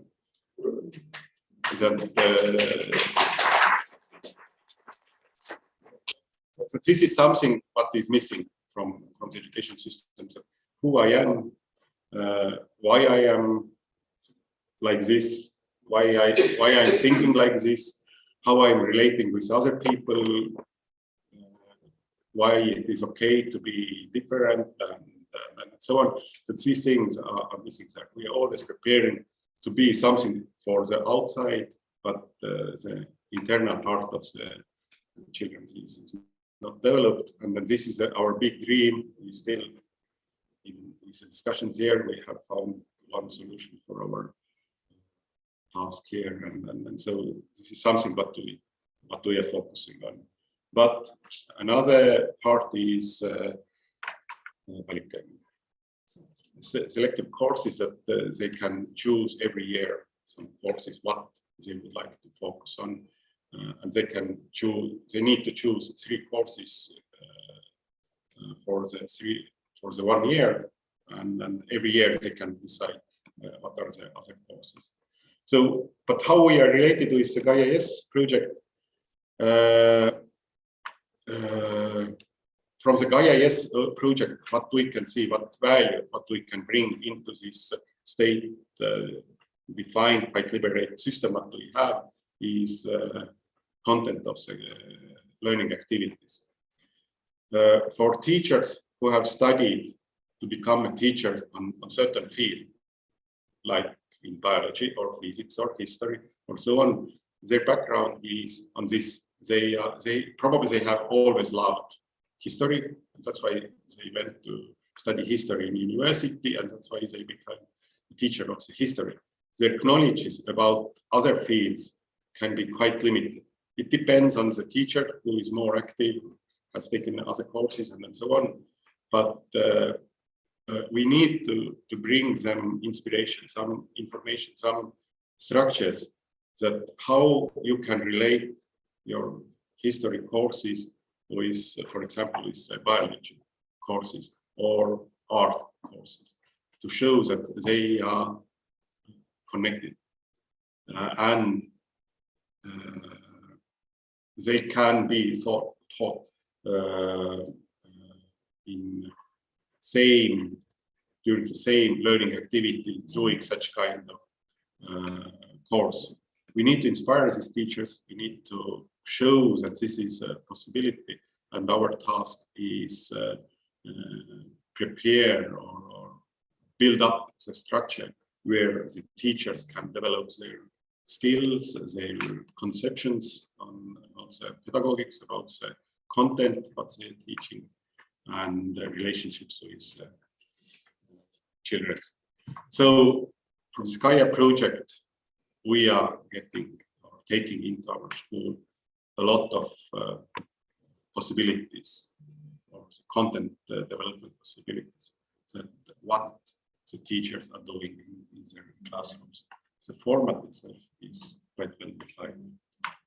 we will open 1st of September, but teachers are coming 1st of August because most of the teachers are coming from traditional schools. So we need to, I don't want to say that we need to educate teachers, but we need to inspire teachers to do collaboration and to put together this maths and history and Estonian language. So we have, together with teachers, we have one month to be ready. However, the school won't be ready on 1st of September. The curriculum won't be ready on the 1st of September. It is under development all the time. But what I want to add is that this conception what Lisa presented on when she applied this position and what we have developed together for this curriculum format, that this has inspired teachers a lot. Yeah. This is I think that one of the luckiest things what we have at the moment is that we had quite tough competition for the teachers' positions. So we had chance to select. Otherwise, in Estonia, we are lacking at the teachers at the moment. That's the reason. Easy for schools to fill the positions for teachers. But it seems that this curriculum, relying very deeply on the roots of the Gaia education, that it is inspiring the teachers, and they are seeking actually also these chains. And so for the future perspective of this Gaia project, what I see is that it's not enough if we are changing the schools teacher by teacher, but what is required, it requires is a change in the entire school, that all the processes, all the structures of the schools are supporting this transformation. Otherwise, the teachers are remaining quite alone.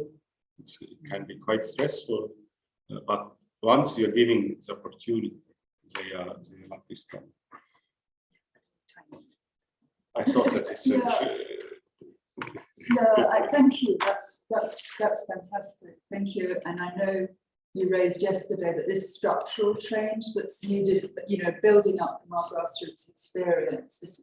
We are actually having these amazing pilots in the different countries, and we hope to do a follow-on project. Possibly, we were talking yesterday where we could work with other stakeholders in the education system to address some of the things that Mikhail has brought up. Yeah. So is there any questions for anything? Where did you say most of the teachers are coming from? From all over Estonia. 1/3 is coming from the area in the local town, 1/3 is close to the area, and 1/3 all over the Estonia.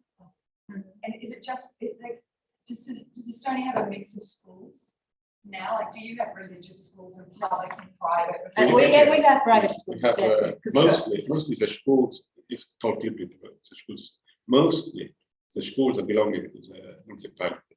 The state is funding the municipality funding the school. Now, and there are private schools like Gaia schools, there are several also the religious schools and so on. So it is quite liberated.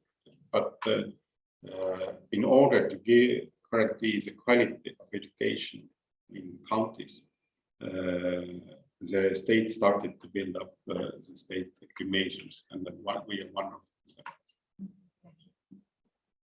So any other questions or comments? It's incredibly inspirational to hear your stories as academic researchers and everything coming together, this big vision. I'm curious what both of your PhD research was. Topic? Yeah, we both studied development of Estonian nature through Holocene, so last 10,000 years, but I studied algae called diatoms in the lake sediments. And I studied vegetation history using the pollen analysis, pollen collected from the lake sediments and so on. But it connects the story.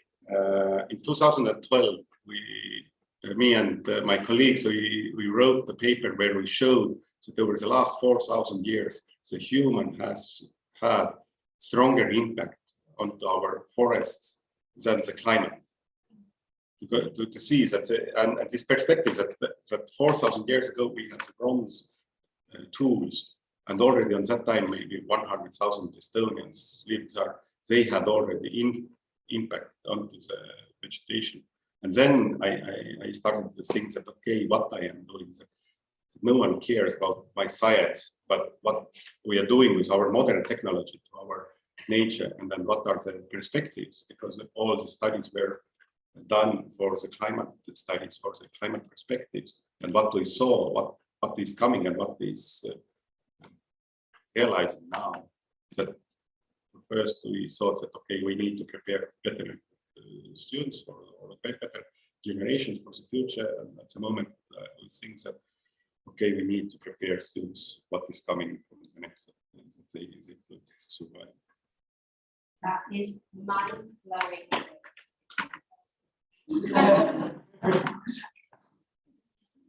So is there another question? And then there's one comment on oh yeah, please. So I come from university as well. So and one of the roles that I have is to try and look at our education for sustainable development across universities. There's lots of fantastic things happening around university, and Saskia and things, looking at how can we improve some of this today university education. First of all, oh my God, I'd love to have all the students out of the school coming to university with those principles behind them that would make such a difference. But also just to get your thoughts about how we do this in higher education as well, because we have generations of students who are coming through to higher education who have not had a subject like this. They're not coming with that understanding of themselves in society or engaging with that what we do. And I think that it's a really hard challenge that higher education faces. Because you are stuck in the boxes, right? Yes, step by step we did something in the university. At least we started we leaded several projects in the university. We have had some experience. We had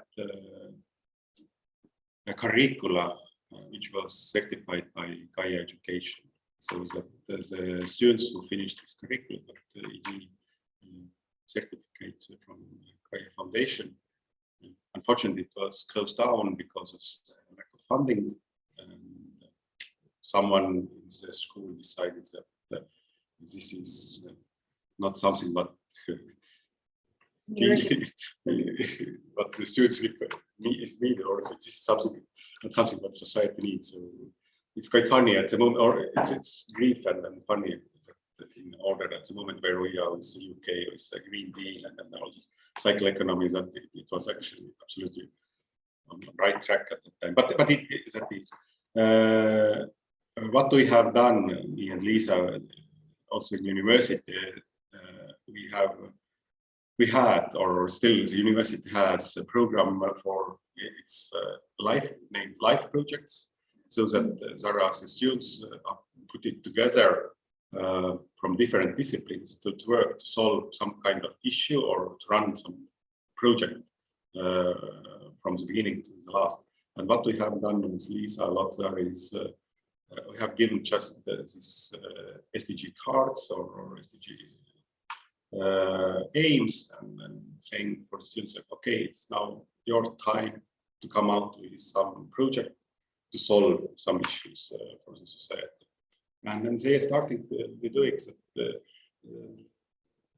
This half of the year they're coming out with very good ideas, and then they need to not just to rise up the idea, but to finish the project as well. And I think that this is one of the key elements for the universities to give opportunity to work in interdisciplinary mode, because in the real life we never work together only with biologists. It's always with someone else. And we have been supervisors and giving lectures for future teachers. And 2 years ago, we went back to university to become teachers ourselves. So now we are biology and geography teachers ourselves. Yeah, I think we need to. I mean, yeah, I think I'd just like to encourage, maybe you can have a conversation at lunch about the university aspects, you know, people that are interested.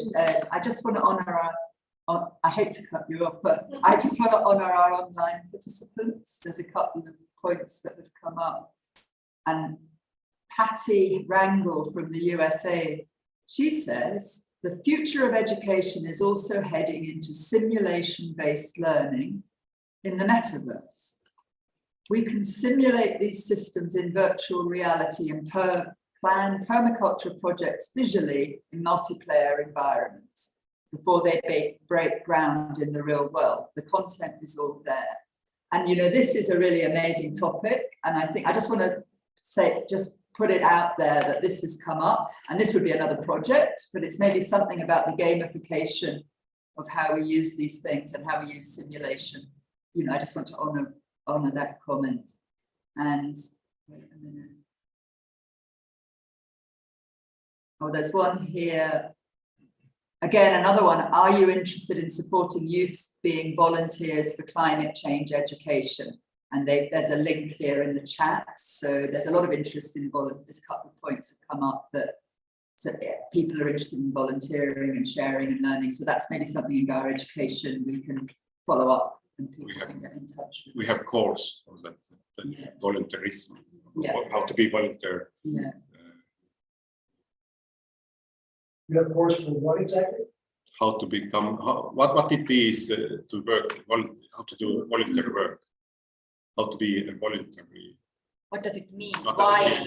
And what are the formats where you can. And differences and opportunities. What to do. So we can maybe, as a group, think about how to respond to these people that are interested. You know, so thank you for those points. I think we're coming to a close of our time now, and yeah, I just want to say that the next event will be at 1:30, where we have some of our international actors talking about how they're working with youth networks, and Bobo will join us. He works in Burma, in Myanmar, with youth-led initiatives using holistic approach to sustainable development. And also Gabriela from Brazil, and Marit will be on the panel as well. And we'll give more information about Gaia Cool, so we'll be having a panel discussion about that, how to broaden and reach out to youth networks in the world. And what we would like to do is to really re-energize a Gaia network of youth practitioners, ESD youth practitioners, you know, towards a community of practice. You know, that's kind of like what we're hoping to do. This is like a first step. And any of you that are interested can keep in touch, you know, all of you online and offline. And I hope to see most of you here for the next panel discussion. And maybe Pedro, would you like to say something? Yeah, just to say that and close even for the session. people online and here, you can send email to us. We will be glad to follow up and to maybe include you in future projects. And when this curriculum is finished, this handbook to you, teacher's handbook, we will also send it away for all of you, and it will be very useful to get your feedback. Yeah. And now we will invite people here to have lunch with us downstairs. People online, I'm so sorry I cannot provide you with lunch. It's difficult enough to get the Zoom working here. And we will meet again at 1:30. Online is the same room, here the same room. Thank you very much.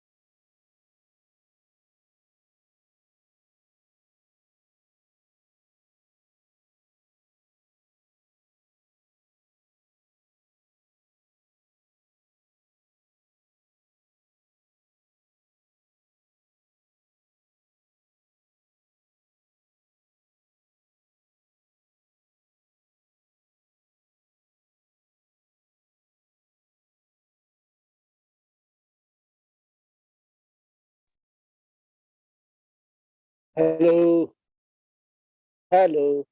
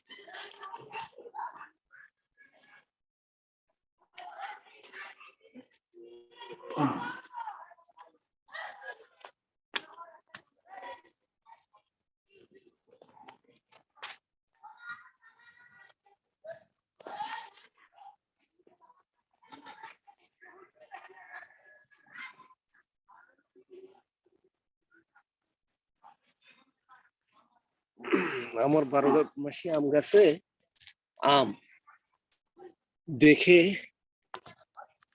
সম্ভব ভালো লাগছে।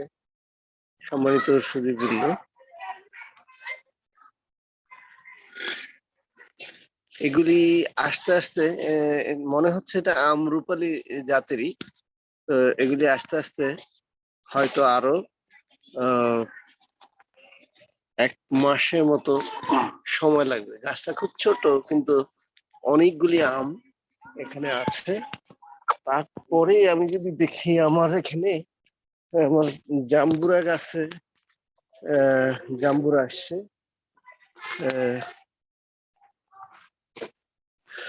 পাশে রয়েছে আমার কাঁঠাল, অনেক কাঁঠাল হয়েছে এবার। কাঁঠালগুলি ঢেকে রেখেছে আমার এখানকার যারা আছে তারা। অনেক কাঁঠাল আমরা 2টা কেটেছি আজকে, অনেক কাঁঠাল গাছ। তারপরে এবারে বর্ষাকালীন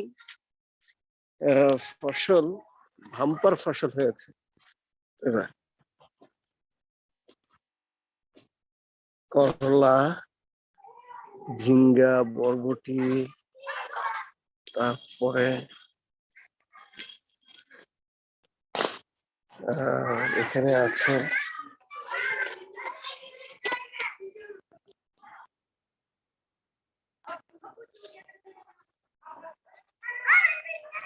জাস্ট আমার ঘরের পাশেই এগুলো, গ্রামের বাড়িতে ঘরের পাশে।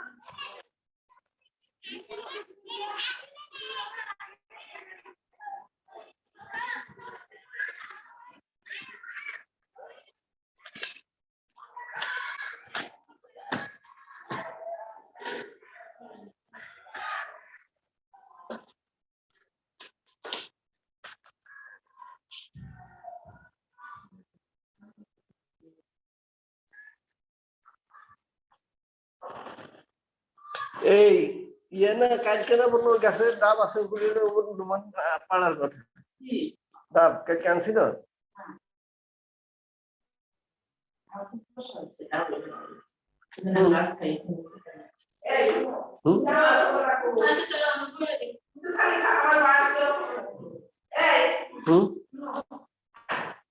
আমাদের কি মামা কইছে কি যে আমাদের দেখেন এখন রাম বসতে কি করে আমাদের দেখেন ভিডিও করে দেখেন খুশি হয়েছে ওদের মা অনেক আম আছে তুবারে করে দেও তুবারে 12-14টা আম আছে কি কইছে 17টা 17টা আছে দেখছো বুঝনে দেখবি নেই সব কি আমি বুঝছি সব 17টা আম দোষ আছে যথেষ্ট আর বলে দোষ ছিল ওই যে তো ইয়ে করছে তাও রাখতে পারে না কি ওইটা দিয়ে একটা ব্যবস্থা করে দিতে হবে ঠিক আছে আর নিচে করে দিয়ে আবার তো বলে ইয়ে 12 মাসে আনতে হবে 12 মাসে গেছে আবার আনতে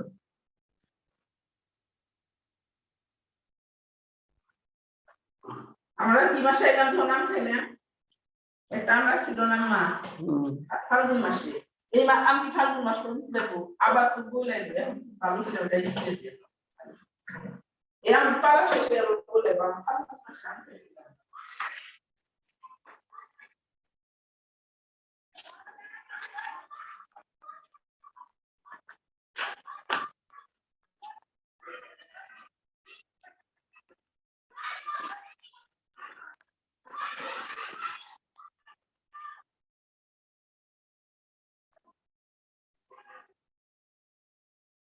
এই বাজার থেকে কি কিছু আনা লাগবে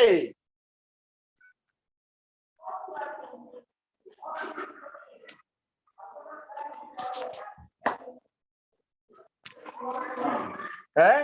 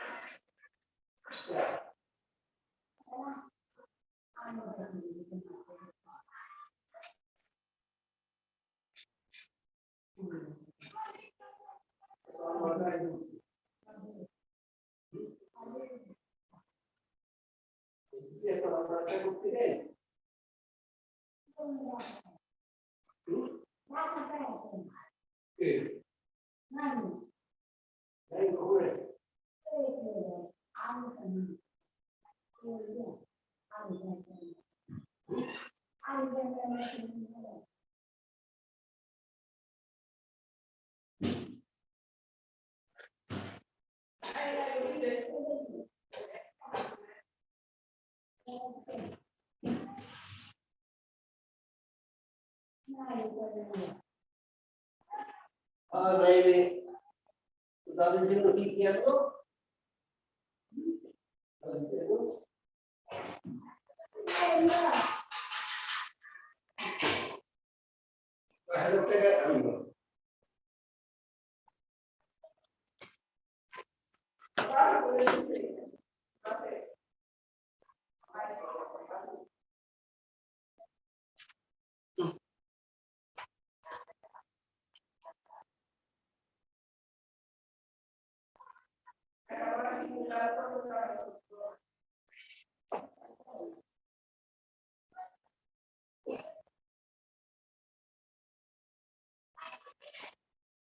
কয় হাজার টাকা আনলো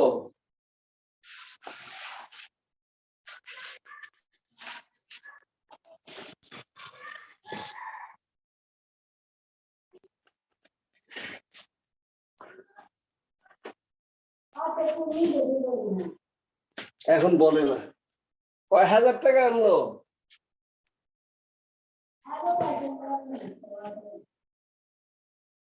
বলে না 11 টাকা হ্যাঁ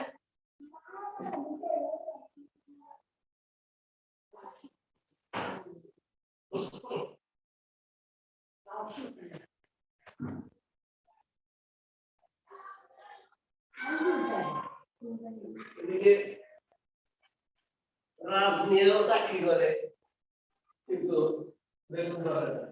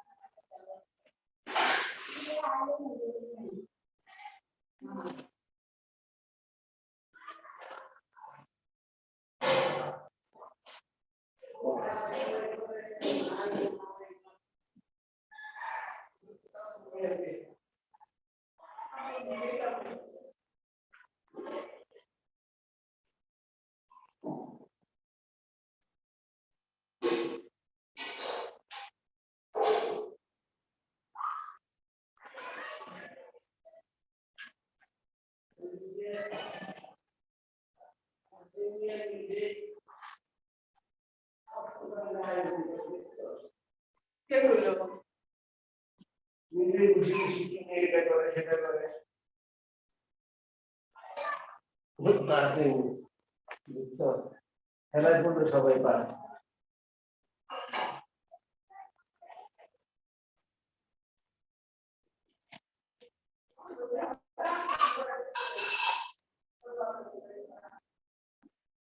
কি করে আরো বেশি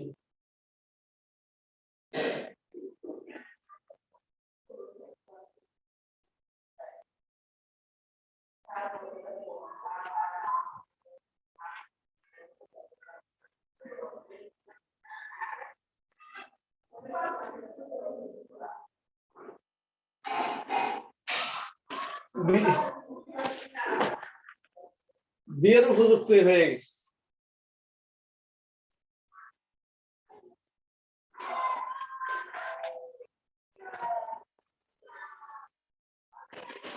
এই তুমি দেখে দিছো তো 500 টাকা করতে হবে তো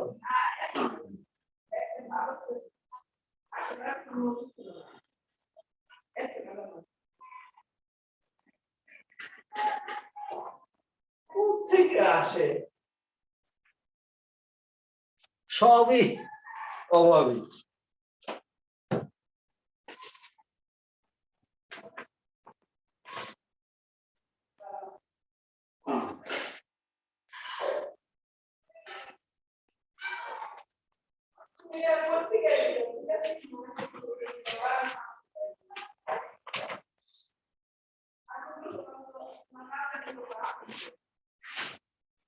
এটা হলো এর আগের বছর যে গতবারের আগের বছর যে গরু কাটছে না, কালো করতে না, ও বউ, ওদিকে বাইরে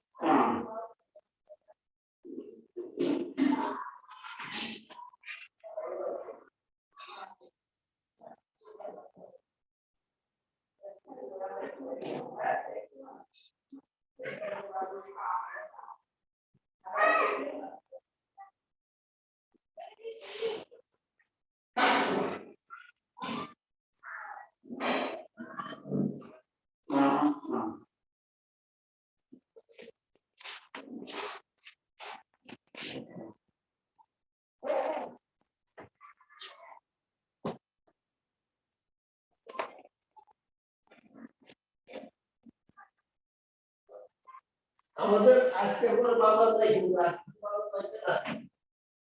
কোনো কিছু নেই, করে আলু টালু বিক্রি করতে।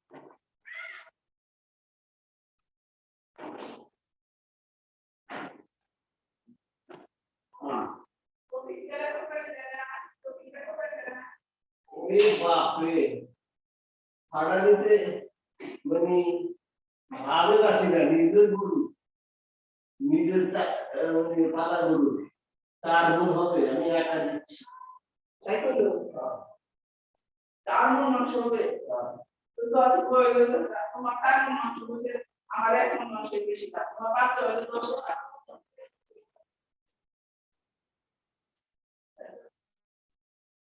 বাচ্চা 10 টাকা Class of India. Yeah, to do their pasta.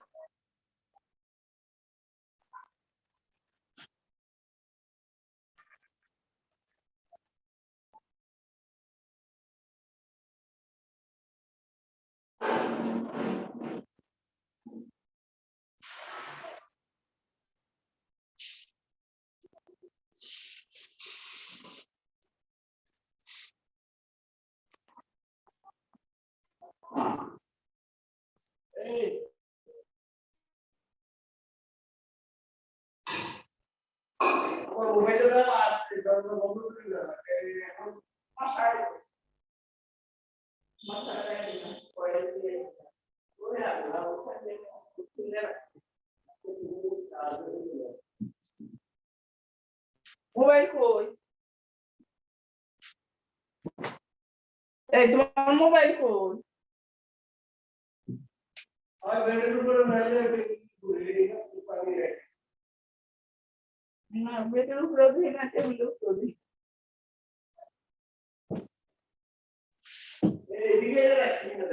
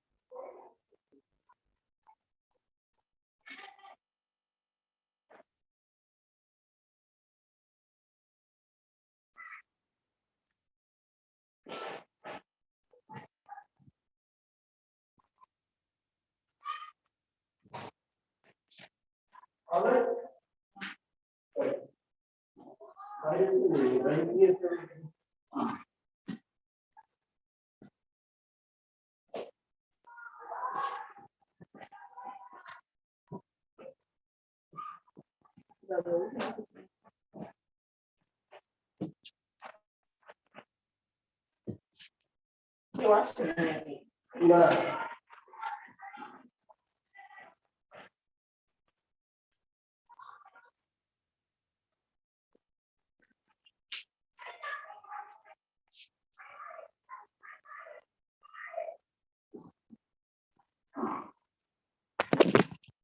এই যে সার্চ দিয়েছিস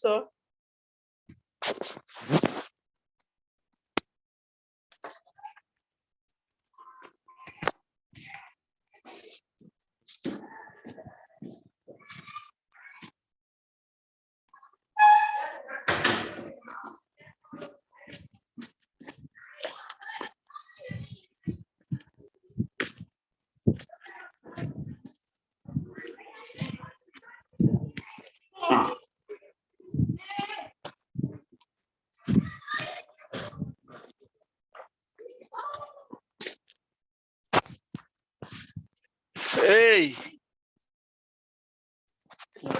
বসির জন্য যায় যে গেলি অত সারাদিন পানি খাইলো না পানি খাও কি পানি খাইলো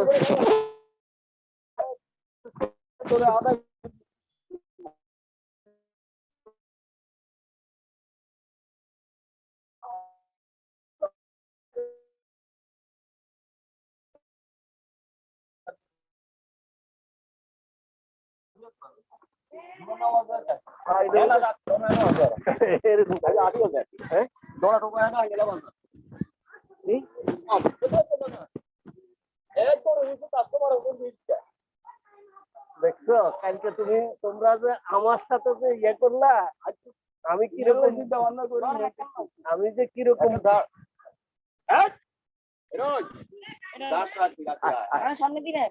আমি যে কিরকম বুঝি এখন বুঝতে পারছো এই জন্য শেষে বুঝে গেছে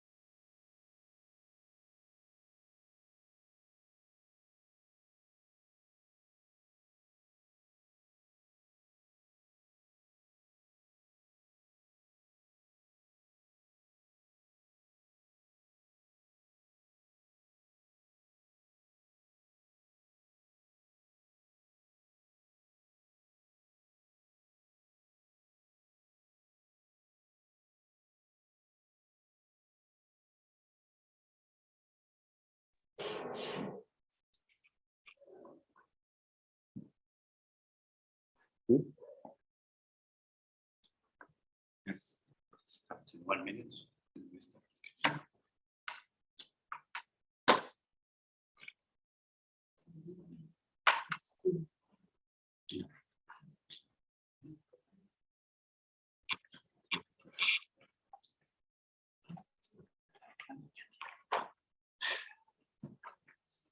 Oh, yeah, that's good.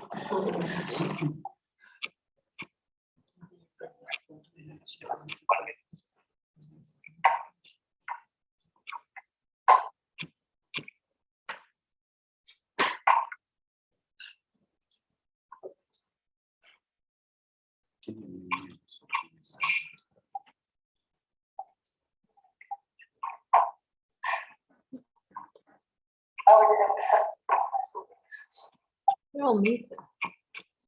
That's strange.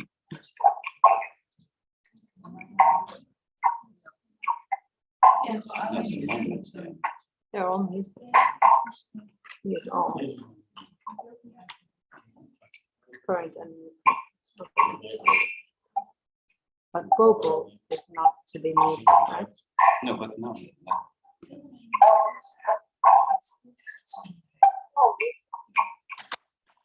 Oh, muted.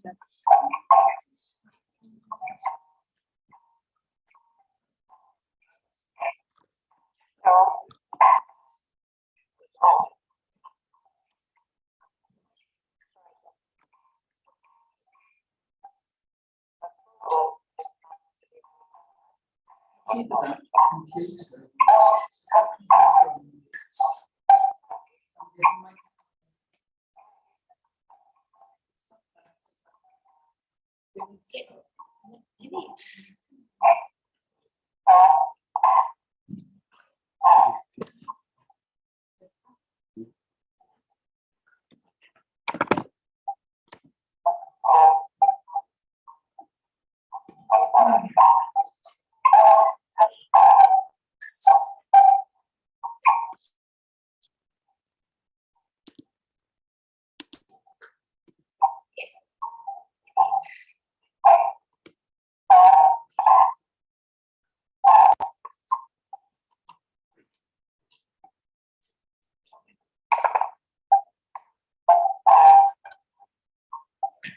Someone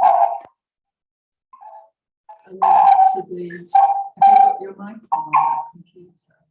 Is anyone in the room got some?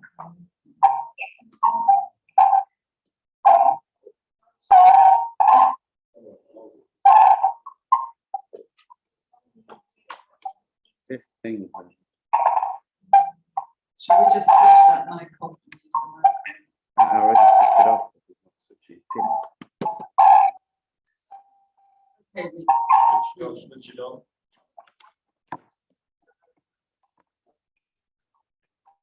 You just turn back like that. It doesn't stop. Switch it on.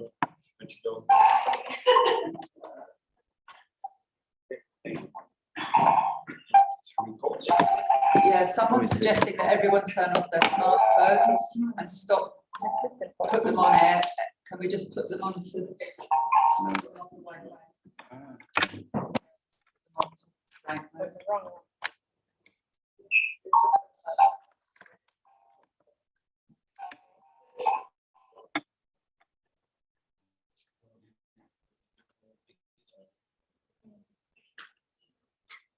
It's fixed.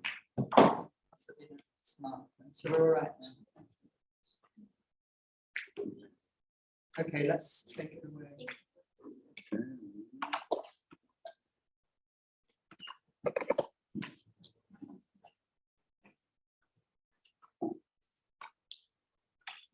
Okay. Welcome again. I'm so sorry for the delay. Welcome again for the ones that were, I guess, face to face. Everybody was here in the morning. For the ones that were not here online, welcome and thank you very much for coming in the name of Gaia Education. I will not be speaking too long, just to say that the people online can go on YouTube if you want automatic translation for your language. If you go on YouTube and then you select closed captions there, and you can select the language that you want, and you will have automatic translation there. And to finish, I just want to thank Marit, Bobo, and Gabriela that are up there on the screen, and you can see in your screen on your computers. Thank you very much for sharing your time, for being here with us, and for sure you have a lot to show to us and much more useful than anything that I can say. So I will pass the baton to Jane, that will be our master of ceremonies for this part. Thank you very much. Yeah, hello everyone, welcome, and thanks for your patience. I know we had a couple of tech issues, and thanks for the advice to switch off our smartphones, because it seemed to work well after that, so thank you. Yeah, so I'd just like to say I'm Jane from Gaia Education. I know quite a lot of you, and others new, but I just want to, before we get into the panel, just to say this morning we had a panel about Gaia YES project, which is a project working with education for sustainable development for youth. And we had some discussions and sharings on that in the European context. And what we're hoping to do this afternoon is to reach out to our networks in Brazil, in Myanmar, people that we've worked with, you know, that are also doing really amazing education for sustainable development work in the Global South. And also to Marit, who's beside me here, from Gaia Cool, which is at the heart of our Gaia YES project, delivering education for sustainable development in a holistic way in a school in Estonia.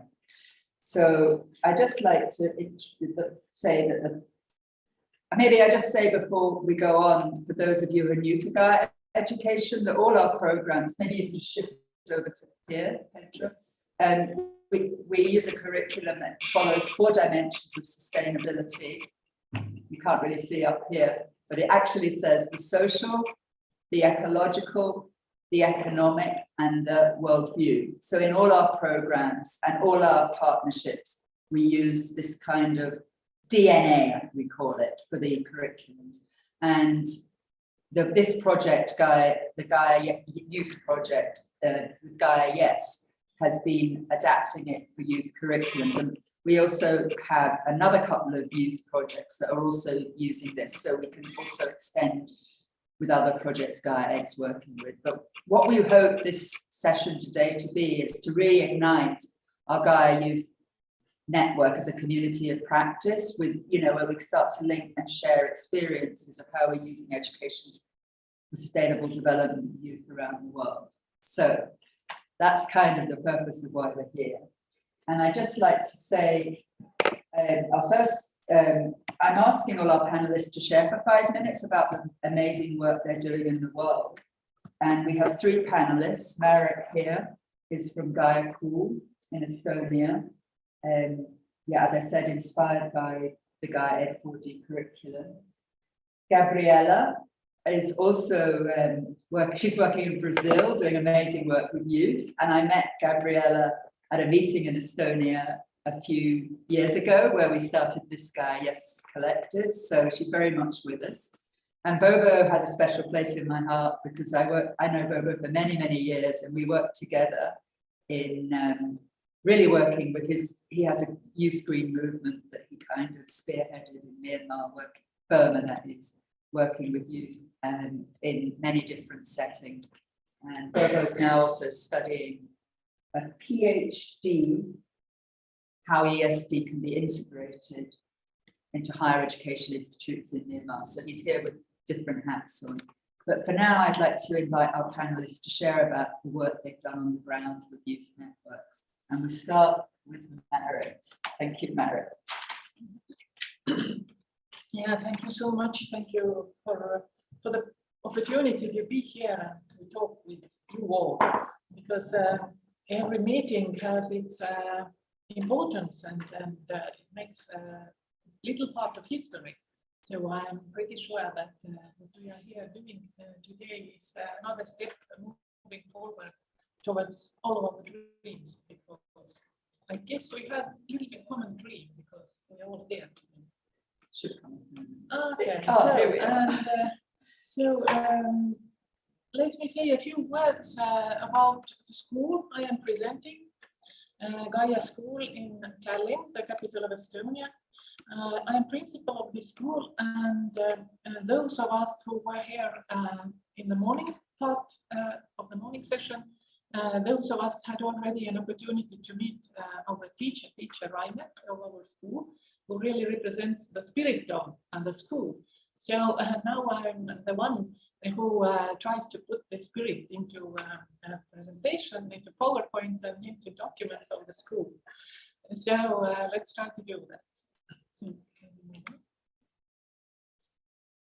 Gaia School is a private basic school in Estonia. Basic, it means it has 9 grades, from 1st to 9th grade, which is compulsory in Estonia. We started in 2014 with 10 students, and today we have grown up to 240 students, all between the ages of 7 to 14. And the curriculum is based on the Estonian national curriculum and Gaia education principles. So our intention was to take an ordinary school as it is, with the compulsory subjects and demands, examinations and everything, and use Gaia education principles and methods and values inside. So we study everything that students study in each other Estonian school, but our methodology is different. So the ways how we study are different. And of course, we are in ongoing development and process of growing, so everything is changing, and we are an experiment. We are looking for new ways of education every day. And we have also naturally joined the Green School movement. So we follow the principles of green schools.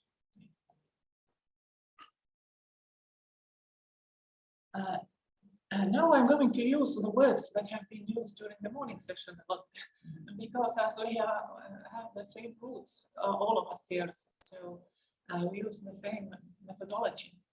And head, hands and heart is also this methodology that we are using. And the main principle is that we can study when our intelligence, our emotions, and our practical work is that all of them are included into the action. Yeah. So now let's move on these keywords. The keywords that were already mentioned before noon. And one of those important keywords is outdoor learning. And you can describe outdoor learning in several ways. It can be in taking a book and going in the schoolyard and reading the book and filling in the textbook, but this is not the way we understand outdoor learning. We think that outdoor learning is really real action, real experiencing, and real doing something that is not possible. For example, bird watching.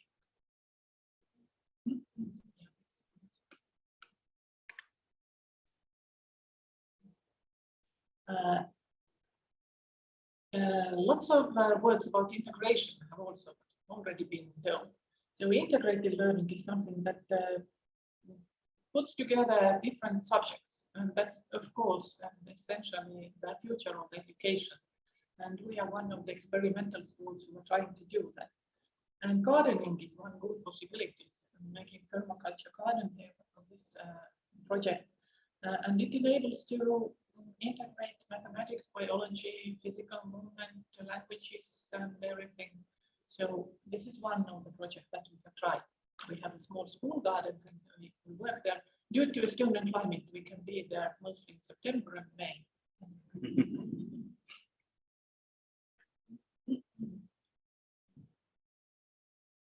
And of course, the hands part of the methodology is doing everything practically. So if you go to a hike, and sometimes hiking takes place in the winter, it can happen that it is minus 16 degrees. And that's what you experience. you never know when you go out with the kids, you never know what will happen. And that's why our teachers have to be creative and very present in the moment, because everything happens when you are out of classroom. And this was a real hike with quite cold weather. It was an experience that probably these kids will remember forever. And meeting animals is, of course, another experience, different kinds of animals, and to smell them, and to touch them, and to communicate with them. This is something that you, again, have to experience during your school years. Thank you. Next slide.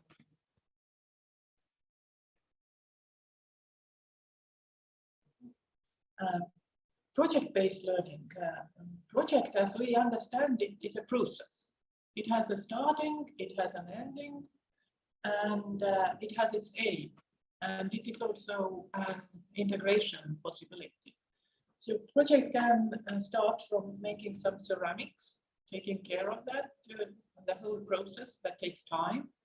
And finally, finishing in the Christmas market trying to sell all these beautiful products. So this can take a month or even 3 months sometimes. And it's a good opportunity for integrating, for making a lot of teamwork, for getting to know yourself, for overcoming obstacles and everything. And finally, it's at the end of the project, there will always be celebration with the good food and being happy for the results. Yeah, that's right.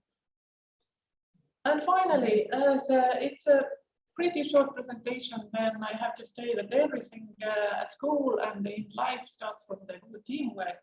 And that's something that we try to practice in our everyday life at school, with games, with plays, and with everything that happens during the school days and years.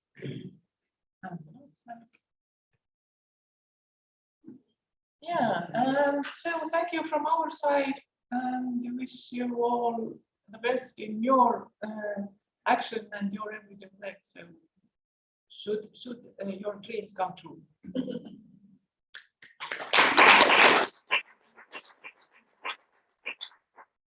So thank you, Marit.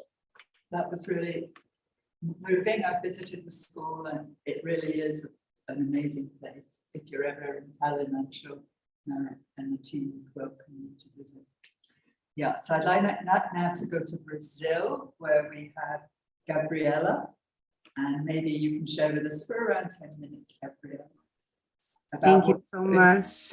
What you're doing with youth in Brazil. Thank you so much for having me here. I'm very glad to see my friends for Netherlands, Mallorca, Estonia, Scotland, and I will show you something that we are doing in Brazil. Oh, let's present. So we are here in this panel to discuss the emergence of Gaia Youth Networks. And I will introduce myself.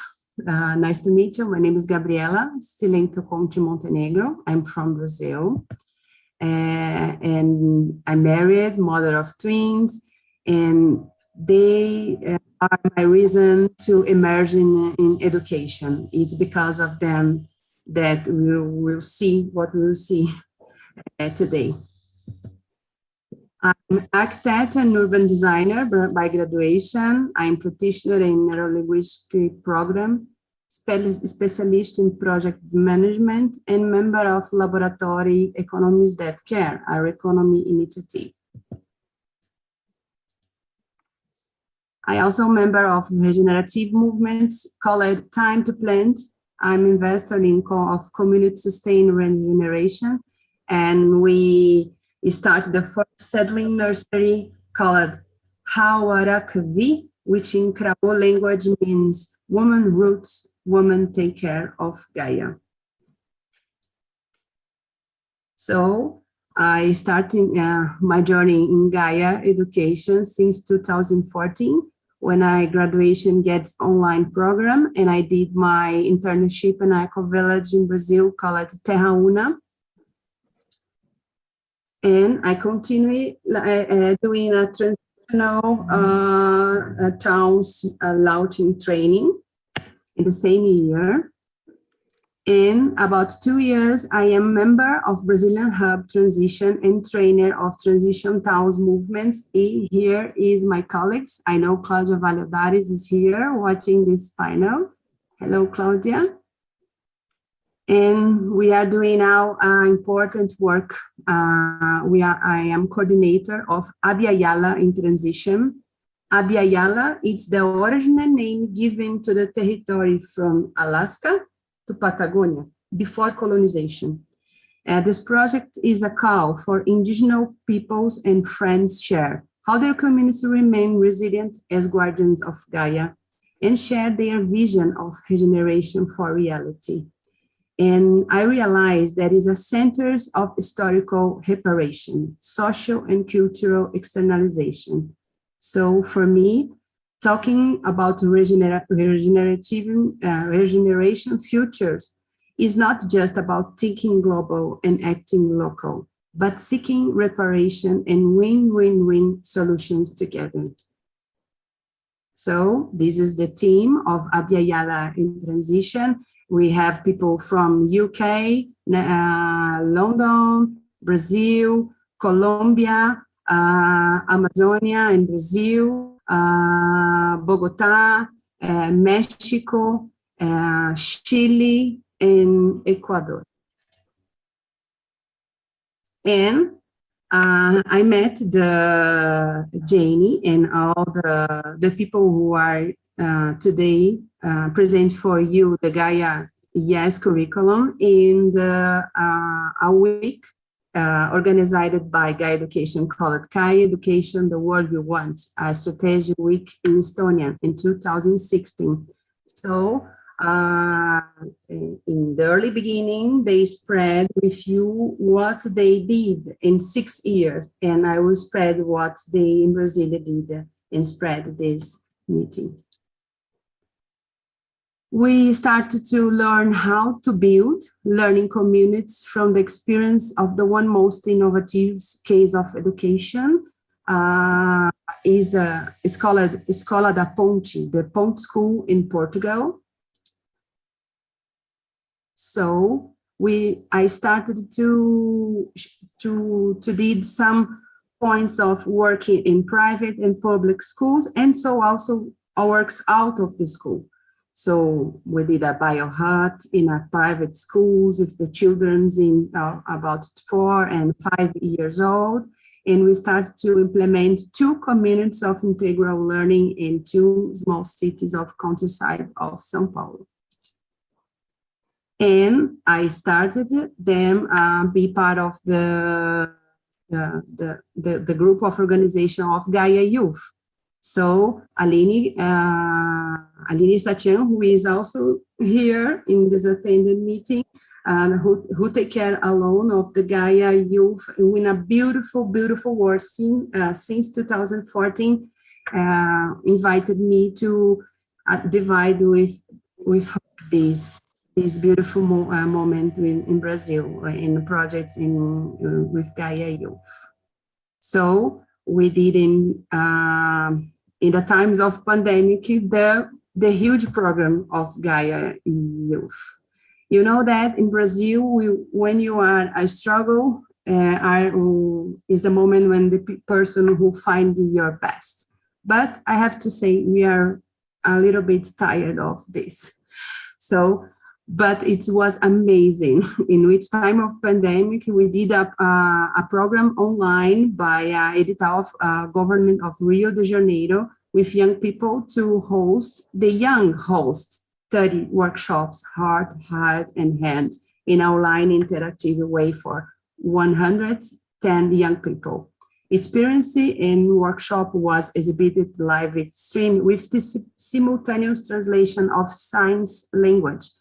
And today we have more than 2,700 access in Gaia Jovem YouTube. just to you know how it was, this, a little bit.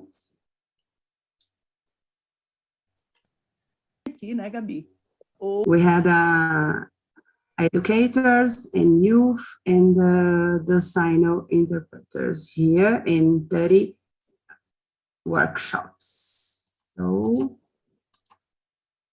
how can I pass to the next? Okay. I will share with you, I will come back to the mode presentation, but I will share with you when we get out of the strategy meeting of Estonia, we met with the group sometimes more than once in a month, about 1 or 2 years. And in Brazil, we did this combine of curriculum that I'm showing for you here. So the methodology and the dimensions of our work with youth is, I don't know why not is showing the dimension of 4D dimensions of sustainability of Gaia education, but is here. And the first is the integrational practice theory for Weber. The 4 states of learning of UNESCO: head, heart, hands, and living together. The permaculture principles. And here I'm apologies about that, but it's the 4 dimensions of sustainability about Gaia education, the 6 stages of change, the works of Reconnect, and the concept of the planetary citizen. It's a concept of Edgar Morin. And we base off learning of integral study about youth is anthroposophy. So we combine these are the tales of the curriculum about middle school and high school, about 4 states of learning. And the simplifier is a curriculum that works 4 dimensions. Me with other, me in the world, and me being myself in the world. And this curriculum is called DPV, Life Project Design. I will come back to the presentation. It's a it's an inner transformative journey about from 30 hours in a hybrid, active and collaborative way, an exercise of the planetary citizenship in a light and fun way for young people plus 14 years old to design their life projects. In their life project, it's small actions designed to be a win-win-win in a transition from business as usual and work relations as they are regenerative business in the relocation of the economy, whatever by entrepreneurship, business, industry, government, schools, university, or society, civil society. Each young people takes that makes sense to your life project, personal or professional, and together with their tutors, they build their self-directed learning roadmap, establishing objectives, goals, monitoring indicators. The only common goal in the DPV is be you in action in the world. So we applied this program. I will not pass the video because we don't have time for this, but I will share with you later. And just you see, this is the path of learning that we organize, me, myself, me with other, me and the world, and me being the world. And the 4 dimensions of sustainability of Gaia is inside of this learn path, just organizing in another way. The positive impact of DPV is that we work in 3 cycles in each educator territory in spiral. This is a form of gradual passing of the baton, the regenerative education based on relationship and relocation of the economy. It's like that at the end of 3 cycles, 100% of the educators and young monitors are local, observing from the original curriculum learning path what is important for development and their community, including local technology. 100% social technology transferred, as well as the financial resource raised for their community. In 3 years, we reached 61 cities, 313 life projects designed for transition, 262 youth and 68 adults, educators, parents, guardians. We work in network, and we did some kind of dragon-driven methodology that crowdfunding in Powerful to realize our projects. And now our focus is in a university that's we are at service of singularity of each one. So I will pass here. This is Ecoversity Seva, this learning community design life project for transition. And we are inspired by Gaia Education. We Transition Towns Network, and we work with local organization with strong representative for the Gaia regional.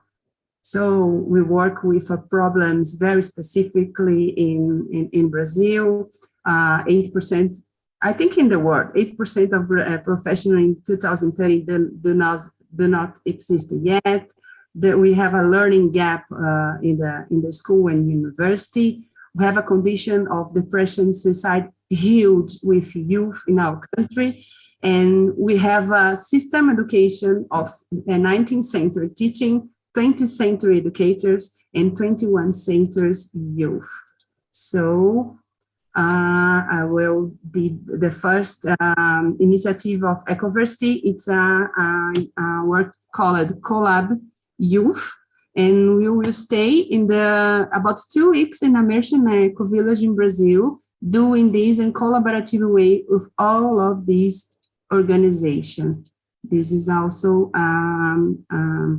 a video, and the way that we are feasibility, this work is recurring crowdfunding, selling the immersion, is seeking personal sponsor.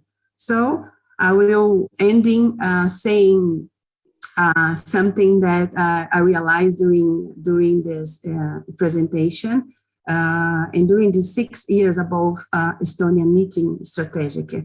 And the question that I leave to us is, how can we put the talk to walk in a global and regenerative way?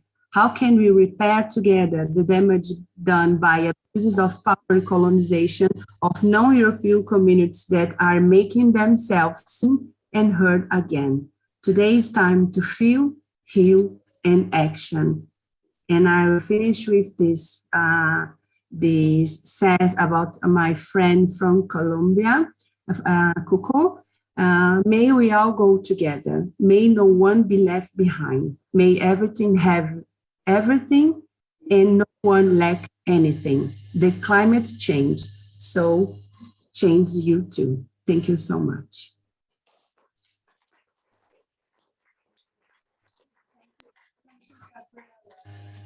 Done so much since Estonia. That's an awful lot to take in, and we'll delve into it a bit later on.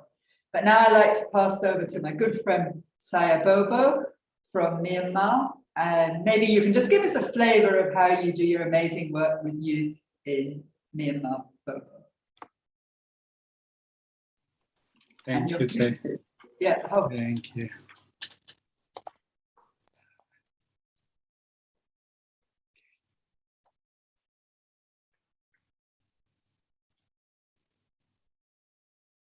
I hope you can see the slides. Yeah, we can see. Thank you. Oh, sorry. Okay. Can you? We can see the introduction slide. Okay. But it's not in presentation mode yet. It's PowerPoint that we are seeing. Oh, can you just do the full screen? Is it possible? Sorry. Can you see my second slide, Tay? No, we are seeing the PowerPoint. Not the mode. Yeah. Can you move down to the second slide? Or can you get? No, it needs to be like that. Okay, let me.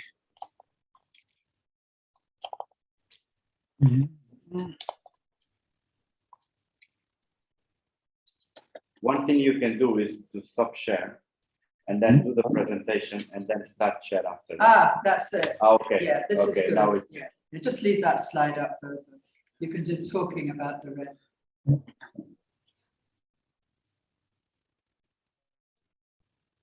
Okay. I hope you see my second slide. That's fine. Yeah. Yes. Okay, so thank you so much. I'm very happy and proud to be a part of this event, and yeah, and I'm very glad to meet all beautiful people from different countries, different continents, sharing all these beautiful activities. I am also happy to share something from my work, from my country, Myanmar, and I'm sorry to use the background color black, because to represent the current situation in my country is still very bad. We are suffering under military coup, and every day people are still suffering. So that's why I just want to use the black color. In the last 12, 13 years, I have been engaging with the young people. My first experience to get inspiration to engage in this social change movement is from grassroots leadership training in Thailand, where I met Jane. And after my training from grassroots leadership training, I tried to start with a very small project for the youth leadership. And since that time, it grows very rapidly. And we formed a youth network, and we found a foundation called Kalyanamrita Development Foundation. It means good friends. So from my experience, working with young people is very fun, exciting, and also challenging. And it's really powerful because in my country context, we need to work with young people. We need to empower young people because we need a new generation of leadership. In my country, we had a very serious crisis of leadership. So that's why I decided to work with young people. In my original dream when I was undergraduate was to become a university professor. I told Jay once. But finally, I made my decision. No, I need to work with young people, and we need a lot of youth leaders for making a better change in our society. So, but we try to provide alternative education opportunities, those young people who cannot have access to higher education, or even some university students, the training context and the way they learn in our non-formal education sector is totally different from the way they learn in the formal education setting, like classroom-based learning. So my two beautiful sisters have already talked about heart, head, and hand. So we share the same values. And yeah, mostly if I have to list down all these main activities, like we work with university students for the eco-youth camp, like Green Campus Movement, and the young people are very fond of organizing exhibitions and using installation arts. And they also use music, song, poems, community theater, and storytelling approach. These are very powerful, and young people are very good in it. And they also organize campaigns, and we have different networks like Young Organic Farmer Network, Youth Peace Network, and we also work with school teachers and pre-service student teachers for Education for Peace.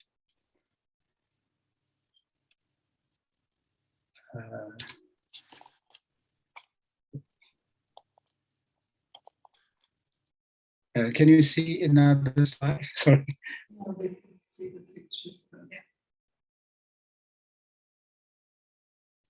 Then do you see the picture? Yeah, we can see the pictures. Maybe okay. That's what's happening in the pictures. I'm sorry, I also want to show a lot of photos with beautiful people, but I have to be very careful at this moment to use the people's photo for the security reason in my country context. So the photos are telling our story because the way we learn, the way we work with the young people, because young people love to learn from interactive group discussion and from their practical experience. So in our training, we always trying to build the training design to be to have a good balance of heart, head, and hand. So some activities are included in our training design. Sometimes they have to go into the real forest or the communities, and they have to learn from their own experience. What I have noticed is like learning about deep ecology concept is really powerful, and they really touch on this kind of environmental issues and ecological concern. And having a gathering, follow-up meetings, like the photo you can see here, a big circle of young people. We had this kind of annual conference in the jungle, because we can't have this kind of event in the hotels or in the public area because of the security issue. So we have to go to the national park or forest, and we don't need any air conditioning room, or we don't need any projector and internet access. We just have a very good environment to have this deep interconnected learning approach in this kind of natural learning setting. So young people are very, very happy to learn from each other. I think they might not even notice themselves, like unconsciously they are learning from each other. And this kind of group meeting gatherings are also a very powerful, supportive approach for the learning. And when they go back home in their communities, they're trying to set up some community empowerment, community development projects. So in our foundation, we don't. So if you look at the bridge, this is a bridge, a project run by and led by our young people.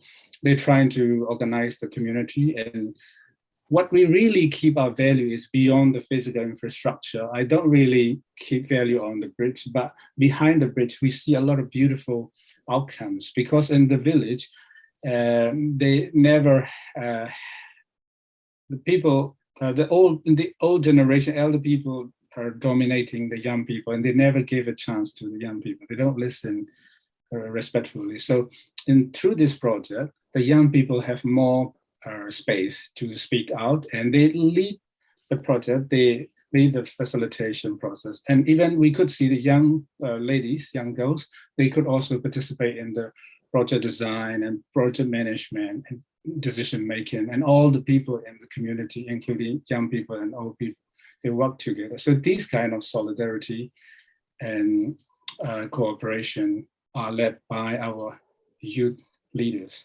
So that's why we are very proud of having this kind of leadership for the development activities. So from my experience, I feel like empowering young people is very important. We need to listen to them. We need to create a space for them to learn.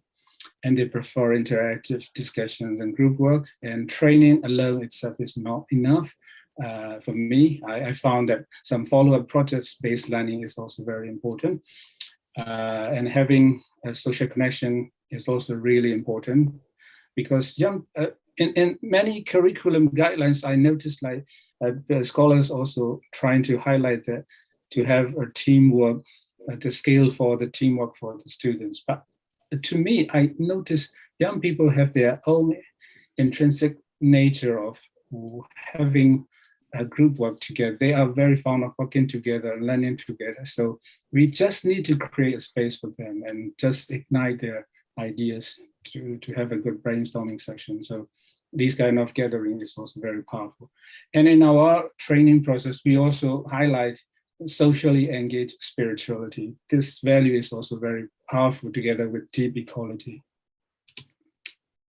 So yeah, as I mentioned, we have to use all these natural space. This is our breakout rooms before we have Zoom. So in this second part, I want to share a little bit about ESD, because my PhD research is also related to ESD. Can we come back to that a bit later? Okay, yeah. So we can come back and talk later. So thank you so much. Thank you, Bobo. Thanks. Thanks. Yeah. So maybe we just come back to the room. I know Bobo also wants to share about his research into education for sustainable development. We can come to that later. But first, I'd like to ask the panelists, you know, what are you most happy about, proud about in your work? Maybe Mary? What do you feel most proud about? Yeah, I know exactly what I'm most happy in my work. We have had this school for 8 years, and quite often parents who would like to put a kid into the first grade of our school, they ask us what will happen with these kids when they graduate from the school. Are they able to go to universities, or maybe they are tree huggers and they are able to be in the society? Now when we have had this 8 years of experience, then we have already received a lot of feedback from people outside from our school. For example, visiting teachers, or when we go to museums and we meet museum guides there. So there are lots of people who have met the kids of our school. And we have received a lot of feedback when the people from outside say that your students are very courageous. They dare to speak, they dare to ask questions. They are interested in everything. They are very good in teamwork. They can solve problems quickly. They can manage themselves. They are self-directed. And that's the best feeling. So thank you for this good question. And maybe Gabriella, maybe what are you most happy about or proud about in your work in this? Is then I realized that the youth 3 years later are putting practices in your own reality, what is possible for the youth with joy. And when I see a youth that in the beginning of process, oh, I don't want to talk about sustainability because I needed to put food on the table. And now they put food on the table of food of quality, of organic food, of him and for all their family. So the social transformation, it's so big. When I see the smiling in the face of the youth, it's something like, okay, I trust you, show me the way. And then they go to the path, because the path, it's the sustainable path, it's inside from outside. And so I'm so happy. I am proud to see most small in their face, 3 years, 4 years. And continue. Thank you.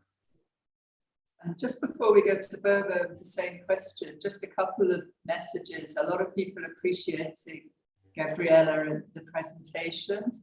And there's one message for Bobo from Claudia in Mexico, who loves your country and people. And I think Claudia has visited us a lot in Thailand. Yeah.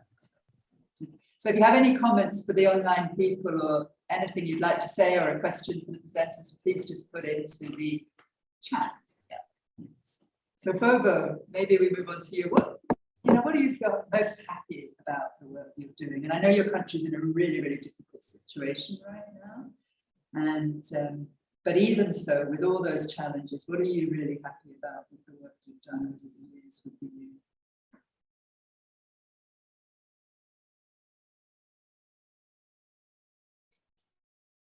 Can you switch off mute? I think you're muted. Okay. So your question is what I am happy about our work, right? Yeah. Well, I'm also happy to work with young people because we learn together as colleagues, as co-workers. And they could really bring the ideas and philosophy into their practical work in their daily life. And now we can also see all these young people are actively engaging in this current revolution and movement, social change movement. So yeah, I'm very happy and proud of them. And the way they're trying to learn and the way they're trying to apply in their social change movement is really amazing, because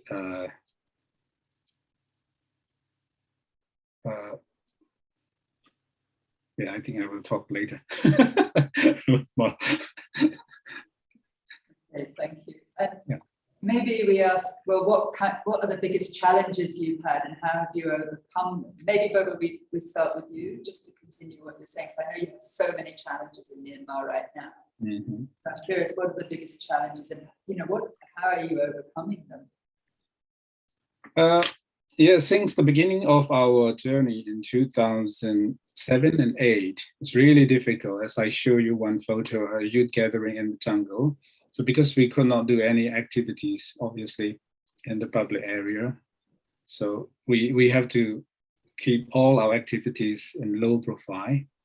Even it is more than challenge, saying it's very risky and it's a big barrier by the military coup. So we have to. So that's why I think Jane also once said that this is also a kind of pedagogy of the pedagogy of the people who are living in this kind of oppressed condition. That we become much more creative. We try to find the ways how to find the escape and how to run the activities even in this very difficult situation. So I think sometimes this kind of difficult situation also create a space for us to develop our creativity and find alternatives all the time. Yeah. Gabriella, would you like to say something about what's been your big challenge and how you're overcoming it? Yeah, I think the big challenge is cultural in how we can support the reality of the each territories, because we are not living a oppressed, so much oppressed government like Myanmar are living. I can't imagine what you are living, Bobo, and I am with you in my heart. But we in Brazil, we are very oppressed in a government so fascist and so oppressed. And this is a problem because we don't have public politics to keep going our work with education or culture. So we and smiling in silence, like you said before, and it's so much. I'm so happy to see the results, but it's too much worth and personal worth to viabilize the projects.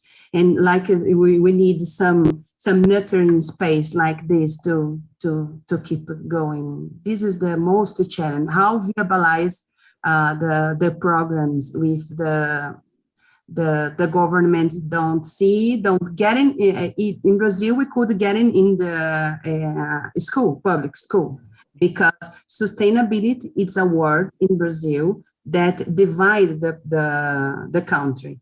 Or sustainability, or you are indigenous people who take care of Gaia and forest, or you are a person who need to destroy the forest. We are very polarized country. So this is the challenge: how to make the culture understand that we are doing it's important. So we found the space in a small space and doing smaller in community, step by step. I think that's the most challenging. Thank you, Gabrielle. And thank you for your solidarity between different countries. I think this is something that all of us are holding in our heart, how we can support each other and really understand that, situations in local context is very different in different places. And that's why we're hoping that any curriculum and activities that we're creating can find a way to fill that space, to fill those, in those gaps like Bobo's talking about in Myanmar. And I've had first-hand experience of that, and I just want to point that. So Marit, what about your challenges? Yeah, after listening to Bobo, we don't have any challenges, I guess. Oh, come on. We have freedom of speak, and everybody can tell whatever he or she wants. But basically, I guess there is only one challenge in the world, and it's hidden in the human relation. And it can be very hard, as in Burma, but it can be also very hard in Estonia when people have different opinions in small things and different opinions about values or direction where to go on, or how to fill in the curriculum, what to do during the lesson, how should the school look like. So there are lots of things where we have to make an agreement. And that's the big challenge. Everything else is easy. Thanks for that, because in the eco-village movement, this is what we call the social dimension about the relationships with people. I'd just like to say that the Gaia Pool team have done the social part of the curriculum that we're developing, so from first-hand experience. And, you know, in the eco-village movement, I think it's a really high percentage of eco-villages in intentional communities. They disband because for these social reasons, you know, between conflict in the groups and things like that. So we're hearing different levels of conflict, you know, obviously in Myanmar, it's very present in the culture and the structure, you know, and in, you're talking about the social, but, you know, I think as well, there's our inner conflicts as well, which is moving into the sort of engaged spirituality, worldview aspects that all of us have to kind of be aware of all these different levels. So, yeah. So just like, well, I mean, there's one question I'm curious about, and I don't know how to quite word this because it is but it's about, you know, we talk about creating conditions for empowerment, and this is a lot of the work I've been involved in Southeast Asia, and to some extent in Gaia education. But, you know, how do we, because we don't empower people, people empower themselves, but as youth trainers, as youth educators, how do we create the conditions so people can be their best and support themselves, really? Maybe that's a better terminology. Does that make sense? So maybe do you have any words of wisdom from your experience about what can we do to support our young people? Not tell them what to do, but so that they can support themselves, really. Any words of wisdom?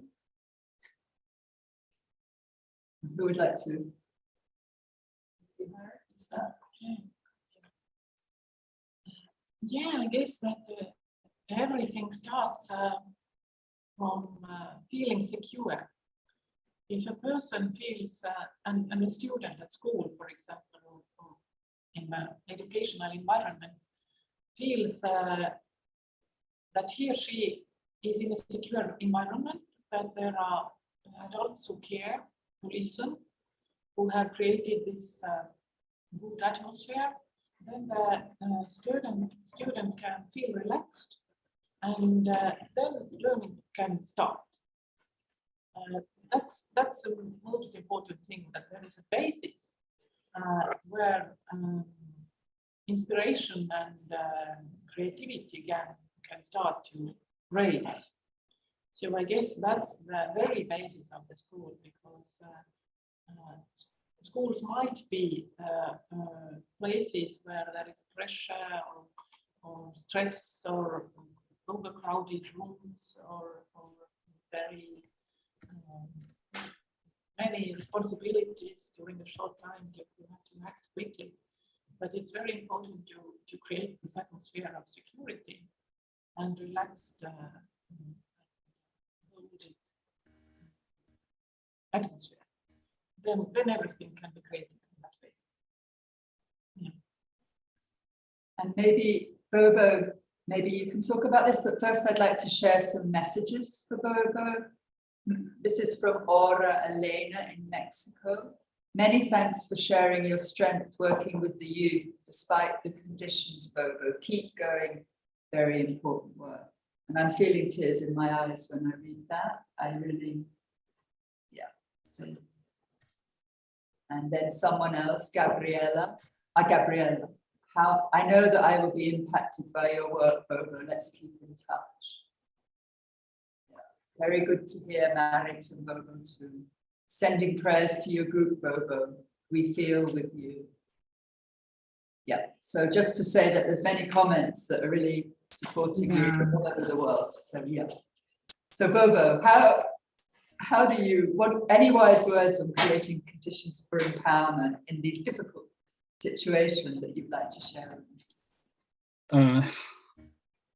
The most important point I want to highlight is listening to the young people.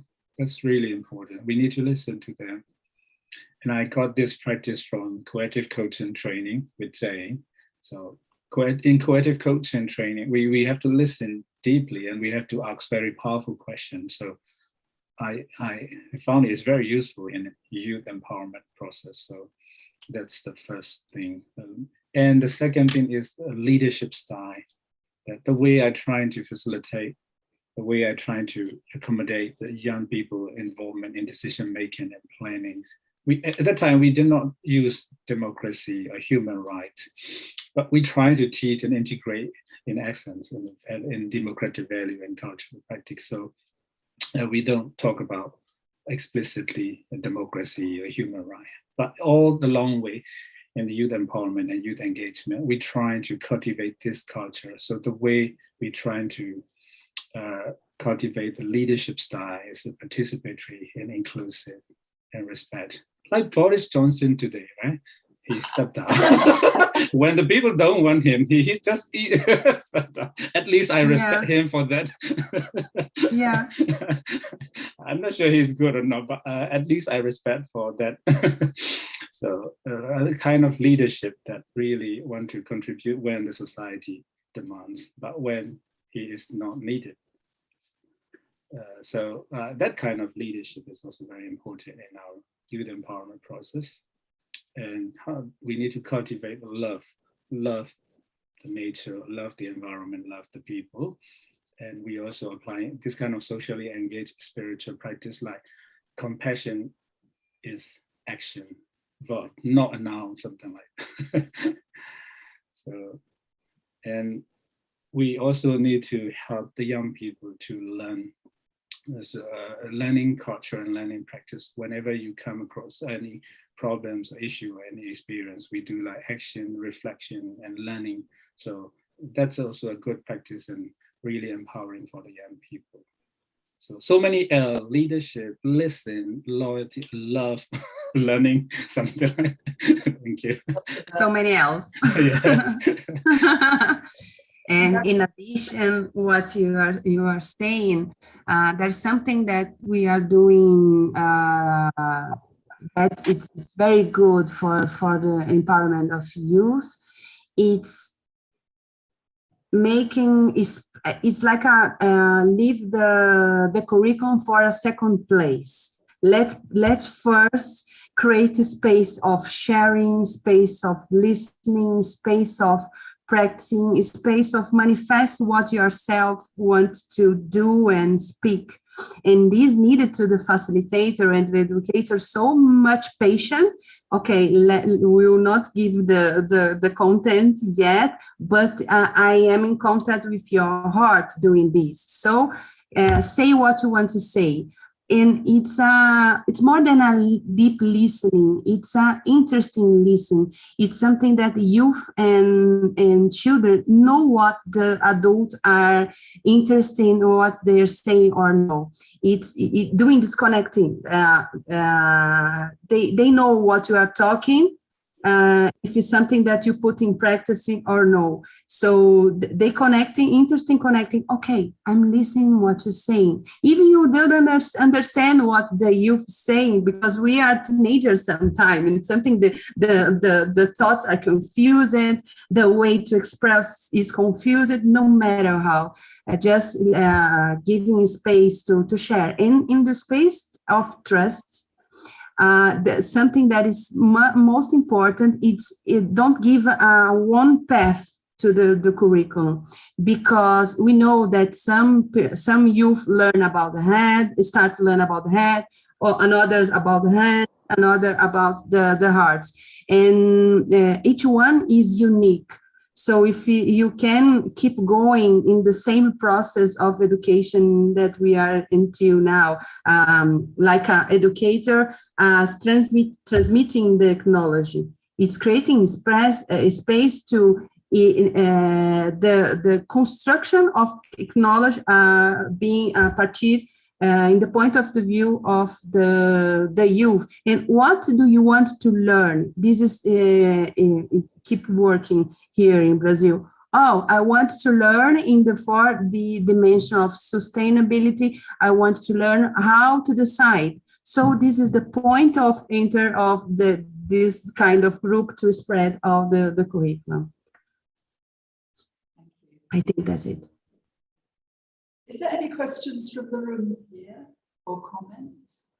If anyone have anything, please, please just jump in. There's one comment here from Aline, and I think she works with you, Gabriela, at Gaia YES in Brazil. And she said, very good session. I'm wondering here, how can we create a space for sharing resources under cooperation and abundant perspectives, North and South global together?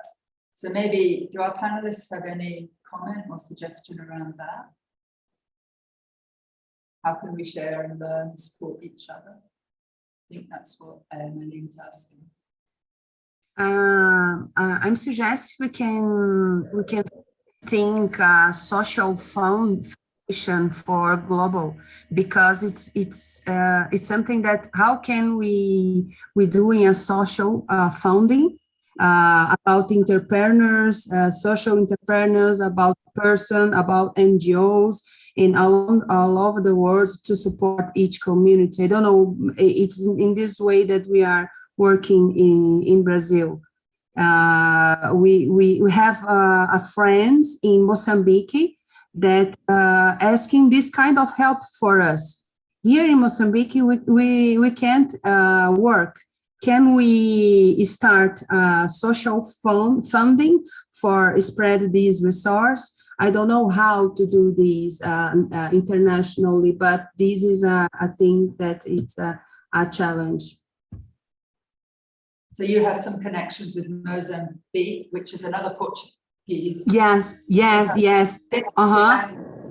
so maybe support each other. Yeah. Yes. Bobo, you have anything to say on this? I mean, what support do you need? How can we help? Or what can you share with us?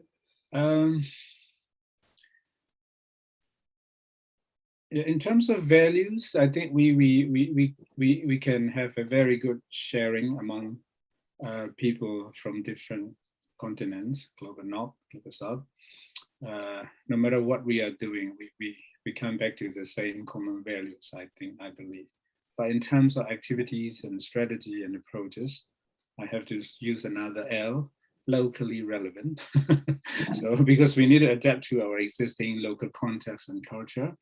I don't want to say that we can't copy from the West or from South America, but we can learn from their experience and we can also adapt to locally relevant. So these are also success factor. I think, yeah, it's good to learn from different countries and share these kind of, and having a good connections with these kind of people, sharing the same visions and values also really powerful for me. And I think I just want to add that I've learned so much from, I've spent many years visiting Myanmar. Yeah, and because I really learned so much, and I couldn't learn some of these things in different ways because I see the communities living sustainably. Sometimes Jane, can I say something? Okay. Sometimes we also need to get some inspirations and some kind of positive energy from other people. Like we don't need to focus too much on the facts and knowledge. But sometimes, because from my experience, like some young people, when they come to our big gathering of the whole country, and they said they're really inspired from other brothers and sisters engaging in different social movement in different parts of the countries. And they really inspire from them and they copy it. They carry that energy to go back home and do. So this kind of energy is also very important. Sometimes some people think like having a youth gathering is just for fun. They come and enjoy music and eat food together, and that's all, nothing. So sometimes people underestimate our gathering because actually the young people really come together and I don't find the words like they have this kind of energy and they bring it back to their local community. So that's kind of energy spread. Oh, we lost you for a minute there. Maybe you can just reiterate the last few sentences. We couldn't hear you. I don't know about Zoom.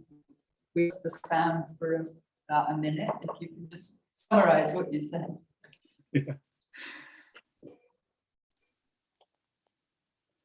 Yeah, that's the kind of thing. I just want to have this kind of space for the international community, not just sharing only the techniques and strategy and approaches, but also our spirits and energy and motivation. Support each other. Thank you, Tay.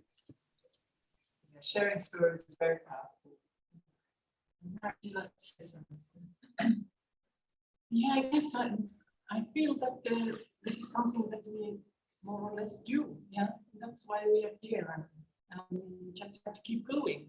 And there are lots of good networks, education and other networks, and there are lots and lots of local networks who work with each other. And so I think that the main most important thing is to keep going, not to lose strength, and to be curious about each other. Not to get tired, and to try to find all of us more opportunities to keep in touch with each other. For example, when the project is over, we still make friends. We still, I know I can tell you, I can ask. And I have already heard so much interesting from Gabriela and Bobo. I have already had to write. So I guess that's the way how the networks get stronger. Personal relationships and listening and learning from each other and developing heart connection is something that even with Zoom and in these days of technology we can try to do. So anything else the panel would like to say on that, or I just check the questions on. So Lauren from, I don't know who Lauren is, but he's put, or he or she has put a message. Are you open to collaborate and have a prototype model? Wait a minute, I'm not sure what this is about. On integration. Does anyone know Lauren? Is that someone in your network, Gabrielle? I have a question for Bobo. Can I make? Wait, who's talking now? I'm sorry, is that Lauren? No. Someone. Oh, Gabriella, yeah, sure, please go ahead. Thank you, Jane. Go ahead. Bobo, I'm really inspired by the bridge that you construct together with the youth, that the bridge that you're showing in the pictures, and the huge circle working together. And this kind of work, it's during the year in a formal school or out of school. It's informal work because we did this here in Brazil too.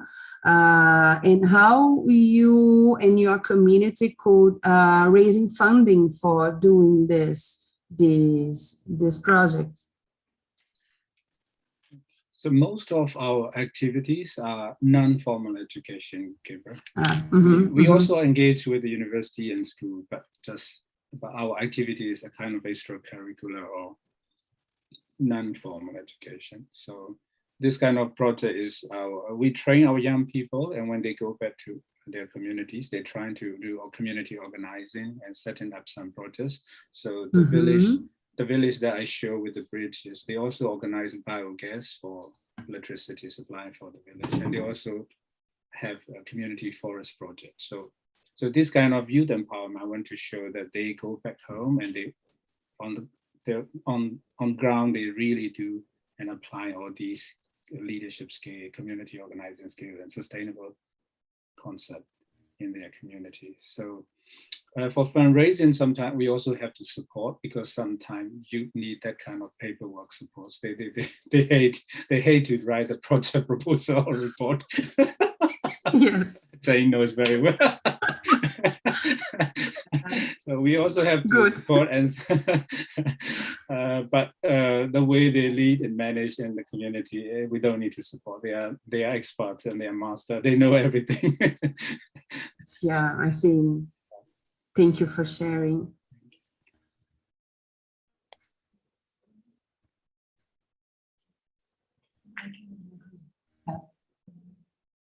Yeah. So I'm just looking at the comments. Let's connect. Can we share our network or emails? So yeah, we can maybe organize for everyone to connect after this. Yes. That's something Gaia Education can do. And there's also links to the Collaborative Youth Festival coming up soon. I'm not sure what that is, but there's a chat. Maybe you can just check that out, Cecily. That's in the chat. And yeah, I think I've caught up with everybody. Yeah. So maybe Bobo, this is a good time that you can share a little bit about how your experience is building this great collaborative youth network in Myanmar is related to the work you're doing. Maybe just briefly say something around that now. Because Bobo is now studying PhD in the UK. He was supposed to be with us here in person, but there was a COVID thing, so he has to do online. Maybe you can share a little bit with us, Bobo, about your research and how it relates to youth education in sustainable development. Yeah, after working with young people for these kind of non-formal education sector, I found that it is also very important to integrate ESD and sustainability concept in our formal education setting. By the time our government was also on the way to reform the education. That's why I made the decision to come to UK to do my PhD research, how we can integrate sustainability in our Myanmar context, in our university in Myanmar context. So we have to also ask a question, what does ESD mean to us? Because in Asia, I'm not sure in the West, but in Asia, we have a big suspect on the word development. Because when we follow the West, we also want to have a development, but sometimes we also copy many wrong things. So we also have to check and understand consciously what kind of development do we really want and need in our society, in our context. So that's why I have to raise that question, what ESD means to Myanmar people and Myanmar society, and what kind of graduate attributes do we need, the university and college need to prepare and focus for supporting the students and learners. Because mostly students go to the university just to get a certificate and they don't really care about these kind of attributes. And also many universities also focus very narrow scope subject matter teaching, but they don't really care about these kind of generic attributes and skill that our society need for our sustainable future. That's why my research is related to that kind of area. Want to show. You want to share your screen again? He has a very interesting looking diagram. But we have to tackle the PowerPoint online thing. Okay, I think I better show you this way. Otherwise, if I do this full screen share slideshow, it is complicated for my computer. So mostly when we talk about ESD, all the university, colleges and schools trying to just go to the curriculums sector they're trying to manipulate and integrate the ESD concept. Some universities also offer explicit courses on diploma or master degree in sustainable development. I found some literature reviews that like 4C model and 4C plus research, like campus, community, and curriculum and culture. So to me, I found curriculum is also important, but we also need to think about pedagogy or andragogy approach if we are dealing with the adult learners in the university level or college level, because it is also important to think about how it is taught, how it is delivered, how we train our young students. So that's why I just put one pillar, pedagogy, in this model to develop the ESD related graduate attributes. So when we talk about the sustainable development, it is more than, sustainability means more than environmental education. And when we talk about environmental education, it is more than environmental science, not just to teaching about the water, chemistry of the pollution, blah, blah, blah. But we also need to include social aspects and justice, like kind of activism in our environmental education. It does not simply teaching about plants and animals and microscopic study. So that's why this is the way we're trying to see the curriculum approach. But currently, I think a lot of higher education institutions in the world are trying to test and apply and adapt it to their own context to integrate ESD. So I'm also trying to explore how ESD is conceptualized in my own country context and what kinds of attributes we want to see. So from the focus group discussion with the university teachers and university students, I found 14 graduate attributes that they demand and that they believe that these are important for our sustainable future of Myanmar or sustainability in our country context. So I think it is very similar to any other country context, but slightly maybe varied country by country. So most of these attributes are highlighted as important in terms of importance and in terms of potential impact over time.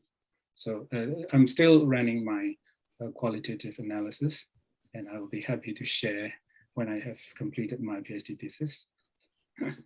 And just to say thank you. Thank you, because we also heard this morning from our friends at Tallinn University, and maybe I can put you in touch with them because they're also trying. They tried to do some stuff in Tallinn, and it's quite a lot of challenges around this. So it's just to share how this is being, this is a bit beyond the scope of this particular project, the university level, but I think it's something that there's an interest in higher education that we might follow up on with another project in the future. So thanks for that. Is there any questions or comments from anyone, either in the room or online? Just checking.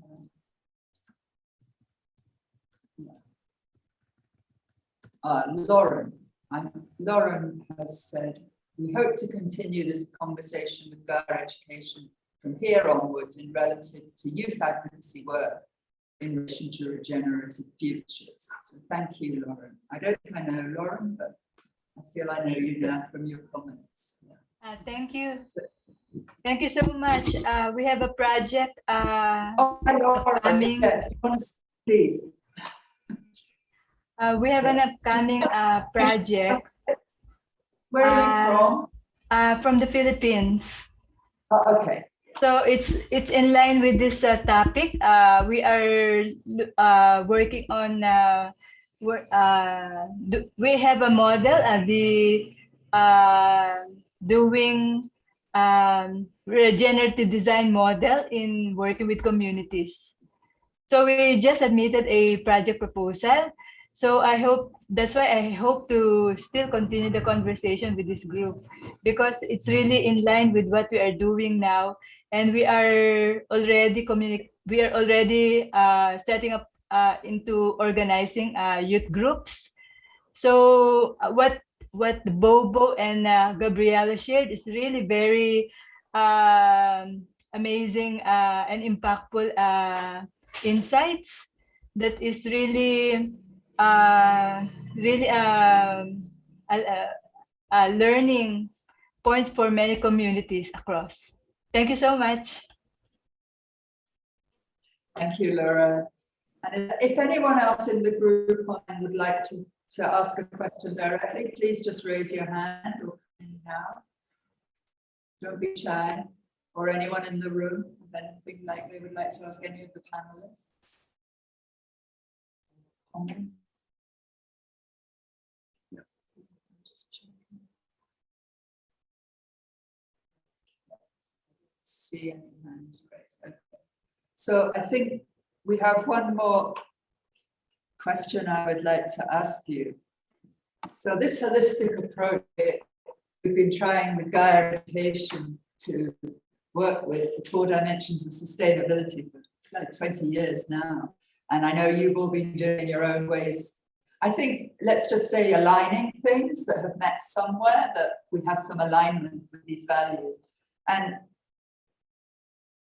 what do you think the best way forward is for to make this network, or to further the holistic approach for youth education for sustainable development? What next steps could we do from your experience, maybe to link internationally? Do you have any tips or recommendations? And who would like to start? Maybe we start with Merit. Yeah, thank you. I guess that this idea of 4 dimensions and this curriculum, what we have as an example today, it's very good because it's so flexible. And as much as I know, there are so many different places and different schools and non-formal education activities which are inspired by this, and they can create their own methodology or curriculum or ways of learning or school based on these 4 dimensions. So I guess the biggest success of this is that it's so flexible. There is a framework, but everybody can use this framework according to the local circumstances. So I guess that's the strength, that's the way of the future, how it is, how it should be. There are some agreements, but they are flexible, and everybody in each point all over the planet Gaia can use them and as it's needed in this place. So when I imagine the planet Earth and all these small spots all over Earth who are implementing these 4 dimensions, then I guess the stronger the network is, the more there are these different spots implementing this according to local circumstances, the stronger the network is, the quicker the change will come. That's how I see it. Yeah, thank you for that. And I think one of the reasons that the eco-village design education has been, adopted in many places around the world over the last 20 years is because of this exactly, that it is just guidelines, and you can either be inspired by or certified by, it doesn't really matter.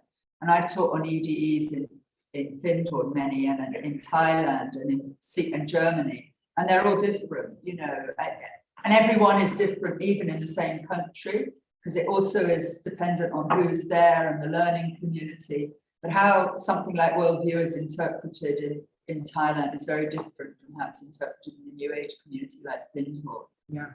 So, we sort of get more into the sort of injustices, social injustices and colonialization and the roots of all those sorts of things with regards to what shifted the worldview when we do in the global south. So I think this is very interesting, and I think this is something that I feel grateful to have been gifted with, seeing this something work in diverse ways around the world and not being over attached to you have to do this, you have to do that.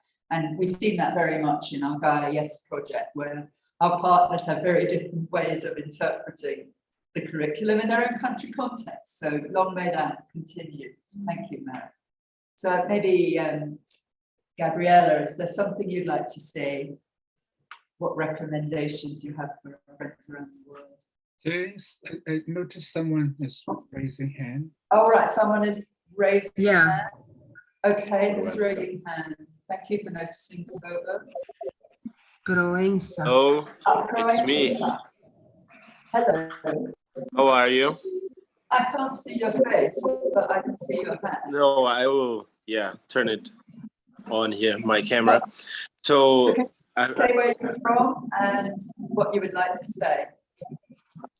right, I'm from Brazil. I am Gabriela's friend, and I know her project intimately. And I'm here to also hear about other. Of course, I heard about other projects, and I love these new educations that are really inspiring. And my question actually, maybe I should have made it earlier, but even so, if it's already something for the next conversation, it's no problem. We do it for the next one, but I will make it even so. 10 minutes. Okay, so I would like to hear your opinion about the role of assessment and evaluation in this education that we are talking about, right? So formative assessment, other kinds of collecting evidence and instruments in this direction, please. It would really help me in my also my projects here in Brazil. Okay, so maybe if Bobo or Gabriela, if you have something to say around your recommendations and also touch in on this question about evaluation and impact. Yeah, I will be quickly. I think we could integrate how the curriculum are practicing all over the world to review if the 4 dimension of sustainability could be more flexibilized or learn from the territory to be more open and learn from the territories local and share these with the other territories is something that I see that the Bobo are doing something really good, maybe isn't in the 4 dimension of sustainability, and maybe it could be part of this and spread of the word, maybe I and on other persons. That's it. Thank you. Bobo, have you something to say? Yeah, if you want to know about ESD integration and a kind of assessment tools and evaluation assessment for the ESD, I think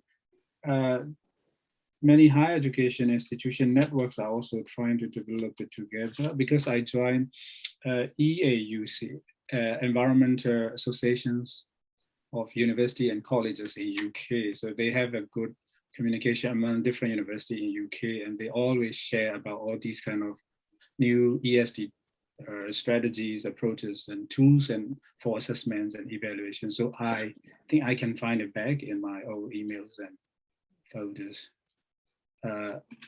I have never got a chance to go dive deep down into that kind of assessment, because my level is still exploring, conceptualizing what does it mean ESD and what kind of ESD we need to integrate in our section country context. So, and I think I'd like to add that in Gaia education, this is something we're aware of about our impact in the world and measuring impact. It's something that we haven't really, I mean, we ask people how they did on the course and what they learned, that level of impact, but not kind of more broadly. What are we really, what's the change? You know, what's the real impact in the world? So this is something at Gaia education that we are looking at and considering. And Sally Bagale, who's one of our senior management team, she's particularly has a good background in this. So I'm hoping that Gaia education will actually really consider more about tools for really measuring what impact we had, you know, and trying to quantify that a little bit more. And we've got lots of anecdotal evidence and lots of stories and things like that, but even that, how we can kind of map and integrate. And I think this is one of the reasons we'd like to try and start to initiate a community of practice And we're starting with this youth, which is as good a place as any to start with. But, you know, how do we sort of start to map what we're doing as a, you know, both locally and globally? I think this is a really interesting challenge for Gaia education. And I hope that that's something that we will take forward in the future, because it is a bit of a gap. So I don't know if that answered your question, yeah, thanks. And this is an ongoing conversation. So I suggest that maybe we can have another seminar in the future about mapping and measuring, you know, impact and things like that, you know, as to whether these 4 dimensions, how useful they are and this sort of thing. I think it's very interesting. So I just want to ask our panelists if they have any sort of closing remarks or, you know, last thoughts before we've got about another 10 minutes, but maybe if we can hear anything, many of you. Yeah. What would you like to send around, you know, to all our people that are listening to inspire them to the next steps for taking education for sustainable development with youth? You know, what inspiring, encouraging remarks can you make for our friends? Take it away. Thank you. That's a nice task. Thank you so much. I guess it's very important not to get tired. So we should keep going on despite of all kinds of challenges, even if they are very, very, very hard. And lean on each other. That's the thing. So let's take the best out of the human relations and then overcome the challenges that they might create. So a lot of strength from our side to all of us, and let's go on. See you again.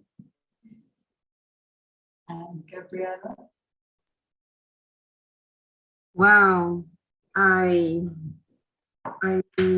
recommend that you go to your work, go to your family, see the children and the youth are around of you, and just give a deep breath and look to another eyes, how they are shining, how the youth has a potential, quality to and strength to life, and just listen and hold their space for the youth that you know, being their self in action in the world.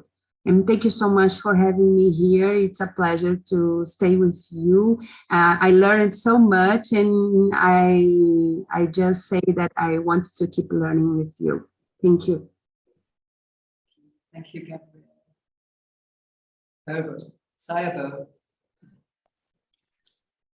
Because I have been in the UK for 3 years now, I miss my home country. You know, what I really miss about is the people culture, the community practice is really lovely, and I cannot really get that in UK. So I want to encourage you all to keep maintaining all your lovely traditions and cultures. And another thing is food. I really miss food in my I do really like food here in UK, but I found it, people in UK they're quite poor. They don't have much choice, and they don't have variety of vegetables. In my country, we have variety of vegetables and food items, and so we also have beautiful traditional food processing. So that's why I believe that you might also have your beautiful culture of food. So try your best to take care of your diversity of food culture in your community and in your society before the globalization and consumerism destroy it totally. Thank you so much.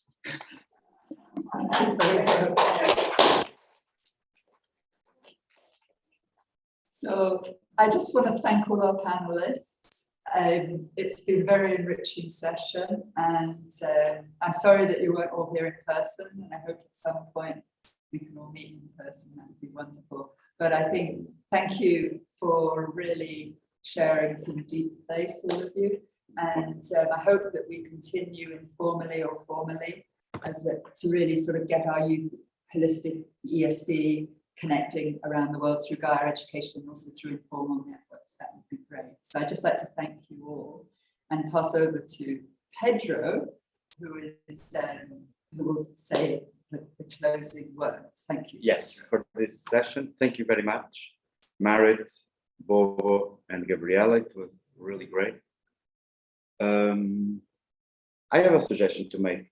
We can do now the community catalyst session, and it will take 20 minutes, no more than that, and then we are free to go instead of doing it. Shall we just finish this session? Yes, it's on the finishing. If everybody agrees, so we can keep people online.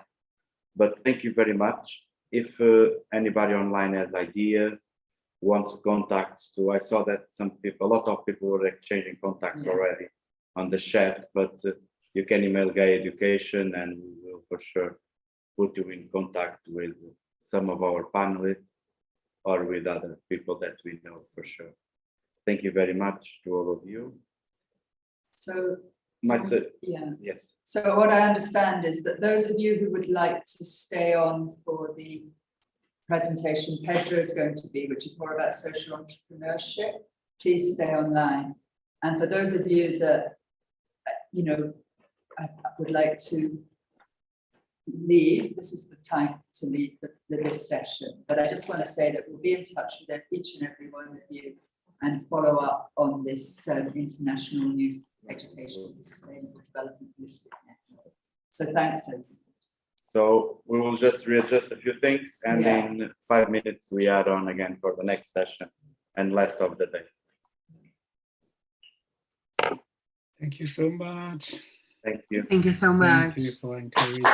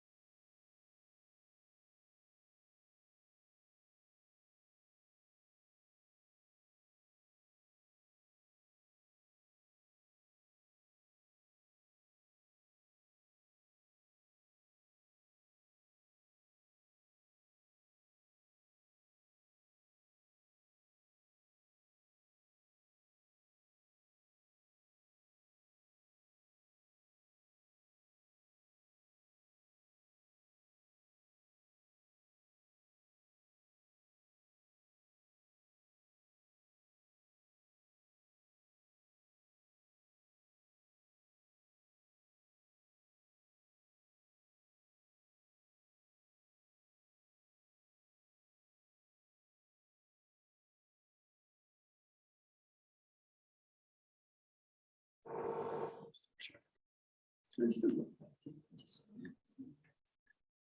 you want to introduce. So hello everyone, welcome back. I know some of you have been with us at a couple of other meetings today online, where we've been talking about educational sustainable development for youth. And now we're going to switch gear a little bit and talk about, let me have a look, CCTE, which means community catalysts for transformative economy. For transformative economy. So welcome everyone to this exciting session where Pedro is going to show us about a website that we've been developing where this becomes something that you can use different toolkits and things for. So welcome and thank you. Yes, thank you very much, Jane. We will start this presentation. The presentation will be very short. It will be just about to tell a little bit about the project and then to show the better version of the platforms that we are going to create.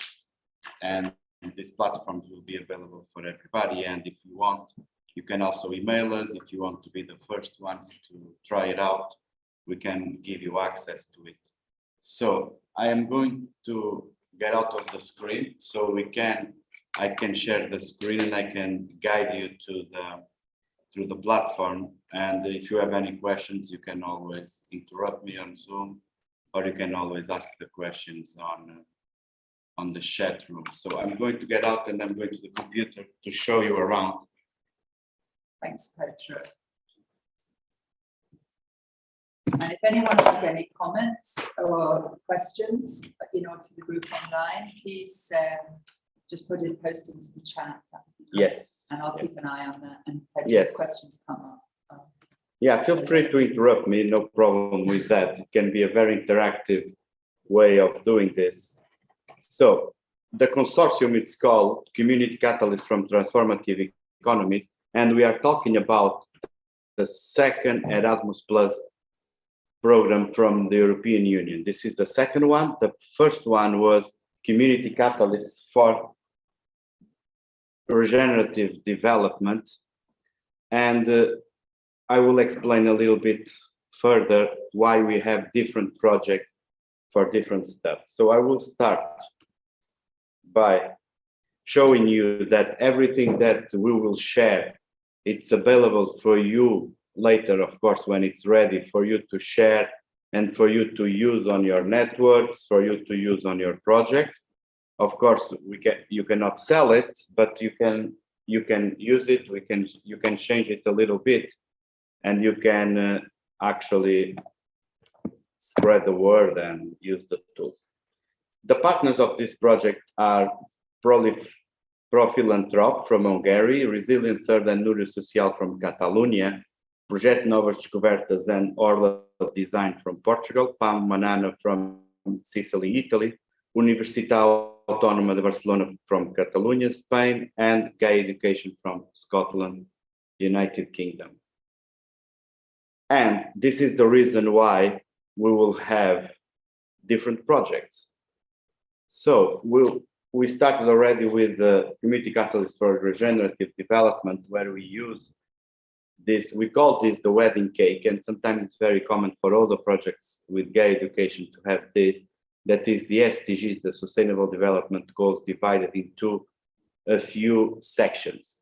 And one of them is biosphere, society, and economy, and then we have the partnerships and more communication on top of it. So the first project was the CCRD that was based on the biosphere. This one is based on the top level of the wedding cake, that is the transformative economies. The society is a project that we already were approved and already started, that is civic engagement and resilient. This project we will also be sharing with you a lot of news over the next few months, but we have a little different. Gaia Education in this project needs to participate with Gaia Education Europe. That is an organization, an office in Brussels that we opened just to be able to participate in these projects, because with the organization here in the UK, we can no longer participate in Erasmus Plus projects. So The civic engagement one, that is the second level of the wedding cake, it will be done by the Brussels office. And then the last one that we don't have financing yet, and it will be maybe a couple of years ago, is the transformative communications. That is the one that is on top. So this part of the presentation I already finished, and I'm going to move to the rest. So what did we build? We have a website that is catalyst.community.eu, and you can go to the website, and if I show you, let me just share the screen for the website. Sorry, because we need always to change the stuff that we are sharing. So now you can see, if you are on the website, is catalyst.community, and here on the website you can choose the project that we are, regenerative development, and then in the regenerative development, it's already finished. You can download our guidelines in all of the language that we worked on. You can see information about the consortium, and you can also see some of the tools that were developed. And in this first project, we developed these tools, and we use a method that is the We Land practice cards. The We Land practice cards that I will show you very quickly, it's cards like this, where we have some information about, let's download it. We have some information about what that tool is about. These tools can be phases, movements, exercises, activities to do that will for sure support you in your organization, on your network. So one of the beautiful part of this project is that we were talking until now from schools, then from youth, and now actually if we have competent human beings raised and finishing the schools, we hope that they will be able to use this. So we can see also this project as a continuation of what happens after the schools, that if we actually do our job well, if we actually put our curriculum in place, what will happen is that children from the school, they will become young adults, and they will try to engage with their community. They will try to create a cooperative. They will try to create an organization and as even an association in some countries. So, and they will try to do something for the planet, for their bioregion. And when they decided to do this, this is kind of a set of tools that they can use to potentiate even more their impact, and so they can become regenerative. So the goal is for them to become regenerative. It's for them to grow and go from a place of starting point with an organization, start planning, starting thinking strategically, and then becoming regenerative. And we hope that when an organization becomes regenerative, they can come back and they can give their own lessons. They can tell the other organizations, even the ones that are already also regenerative, what they did well and they can do to share their knowledge. So I'm going to share just an example of these cards, because with this example of these cards, we can see, if I know where they are, sorry, my computer is with a lot of presentations. And this, okay, they are here. So just an example, because I will show, this was the first project. And in the first project, we have this physical, yeah, here it is. This project, we have this physical sets of cards. I'm not sure, for sure you know these STG flashcards. They are one of the tools of the toolkit, the Gaia Education STG flashcards. And we have the information, very short information, why they are good for, how they work, for what do we need them, where to get them, and all of that. So, but these cards are very limited. The information that we have here is very limited. So we thought that we could use this information in an online platform. We can have an online platform. We can have this information. People don't need to print cards. People can actually be playing with the cards in their phone, and they can actually get maybe better results from it. So let's go back to the website again, where I'm going to show you the actual toolkit. And the actual toolkit is something that looks like this.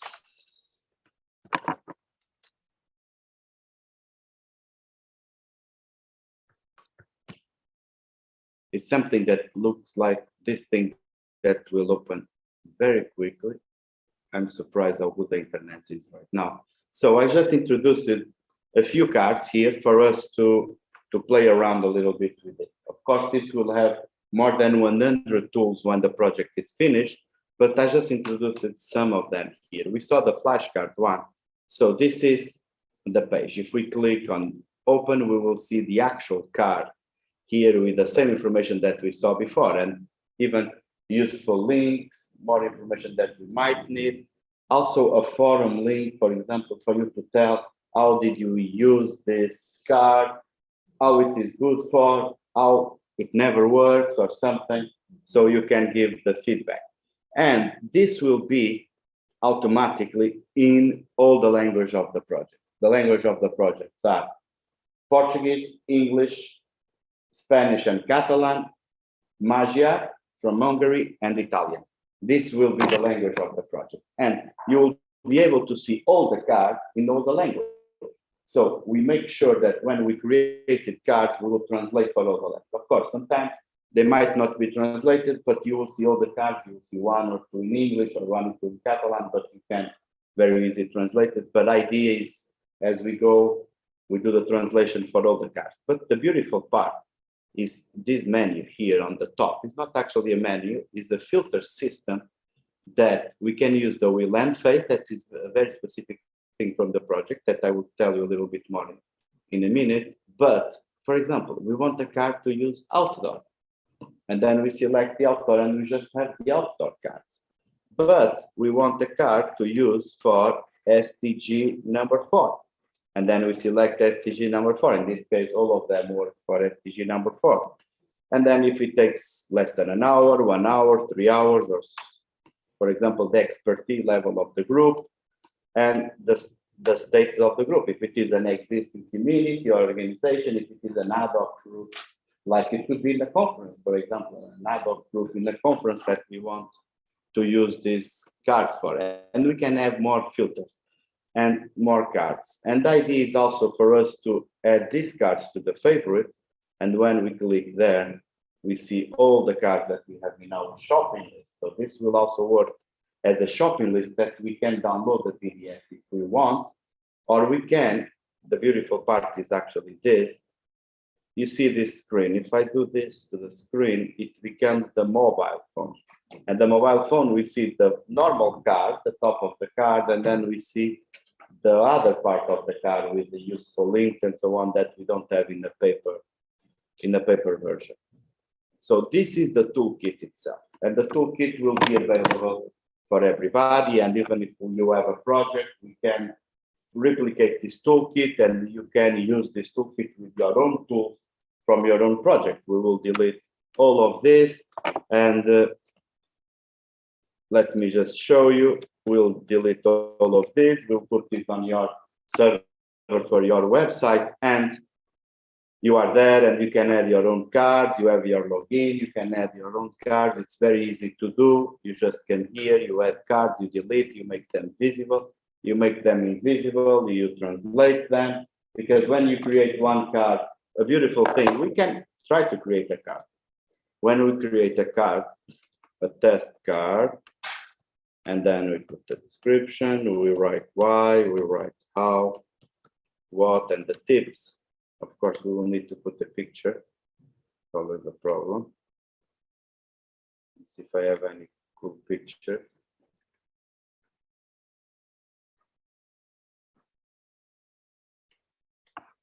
Yeah, let's use this screenshot that I did from the participants list. And then we save this card. This is the test card. And what we will see is an error, but it should be okay. Let me check again. Yeah, it's giving an error. But what will happen is that this card that we just created, this card will be replicated in all the language right away. So for you to translate for other language, imagine, ESTG training multipliers. This is the English card. And it's translated, it's in the right language, this is the English. But here we have the Catalan card that is not already translated. So we can click, we enter, and we can start translating the card immediately. In the end, we just say that. No, needs to be people translating the cards. We need to go there and we need to translate the cards. So someone that knows Catalan comes here, says in the respective language, says that it's translated, and it's already in the Catalan version of the toolkit. So this is a little bit techy, but the idea for this to be techy is that we can use this. The toolkit is not meant to be used as a standalone toolkit. It's meant to be used inside of the curriculum that we are developing. So the curriculum will be like a game. I will show you in a minute. It will be like a game where in the middle of the game, you are invited to go to the toolkit and practice some of the tools that we have there. So, and this is the main goal of this project, and is to create this toolkit, this learning environment that is a pathway, and in this pathway you will go and you select tools, we will do them, and what, let me show, it's better to show. This is the mock-up of the website. It's really, really new stuff that we will be implementing in the next couple of months. How this works. So, let me share again.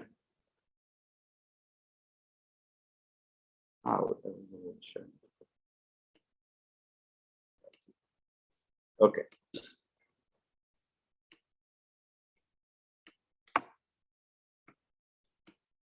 So here it is.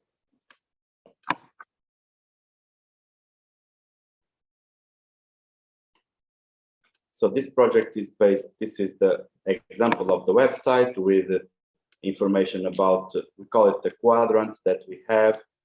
And in these quadrants, we'll have some information, explain what is the curriculum, what it is good for. And then we have these phases, the caring purpose, the eco-social action, synergetics, partnership, shared culture, and governance. And we will be tackling this during all of this. We explain what they are focusing, and then you start the curriculum, how we learn. You click on how we learn, and then you will move one step to this place where we explain how do we learn. We will explain, this is the meta cards, and remember the colors that we saw on the toolkit on the we learn phases, here they are again. I'm not sure that you can see the screen. I'm so sorry. Let's try again. Okay, so this is the you can see it now, right?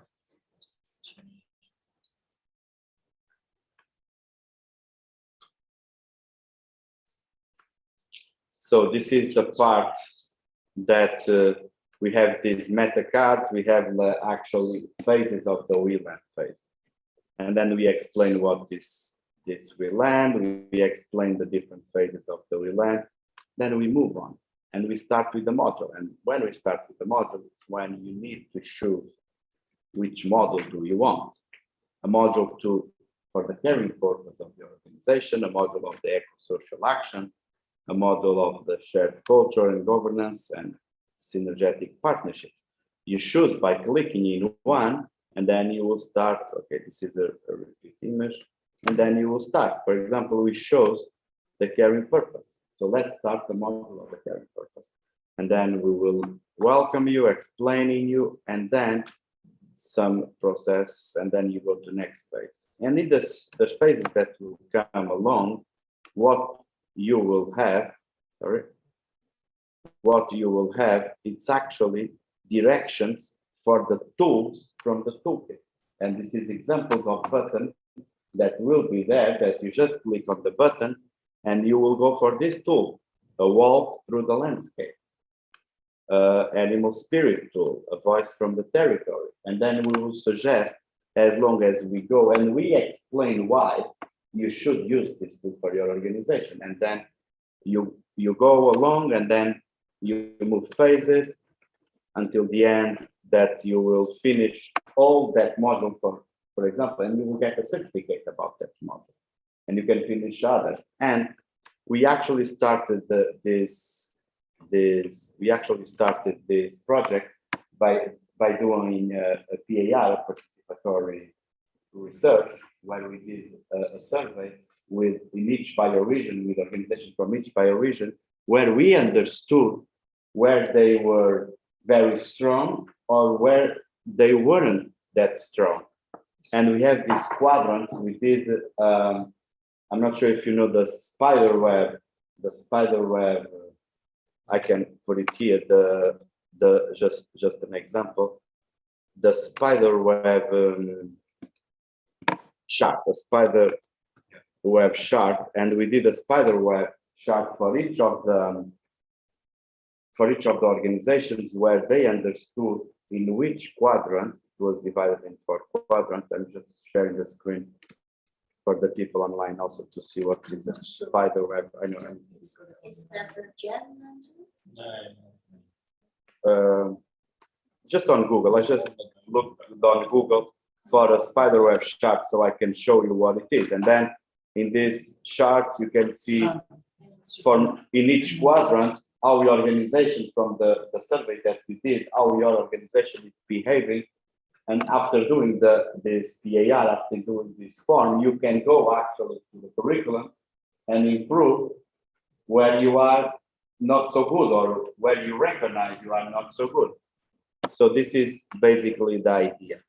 This project is, someone is entering. This project is actually, I don't have anything to share. I'm going back to the camera. This project is actually finishing in August, and in the end of August, I think, or maybe 1 or 2 months later. And our goal is to develop all of these tools, put all of these online, and this is a continuation project. So the next one, we will tackle the other level of the wedding cake that I show you, the SDG wedding cake. So we can also start developing tools for that part. But in all the continuity of this project, we are always adding something new. It's not just let's go for Erasmus project so we can do more tools. It's not about that. It's about going to Erasmus project and create another level to the consortium, bringing more stuff to the consortium. And a lot, we have actually the group, I'm not sure if someone from the group is actually there, but the group is really people that love to have ideas, and in the end, we are at the table drinking and eating, and a lot of ideas come. And when these ideas come, some of them are really elaborate and difficult to put in place. But maybe with the next project, we can go for more ideas. The next one, we can go for even more.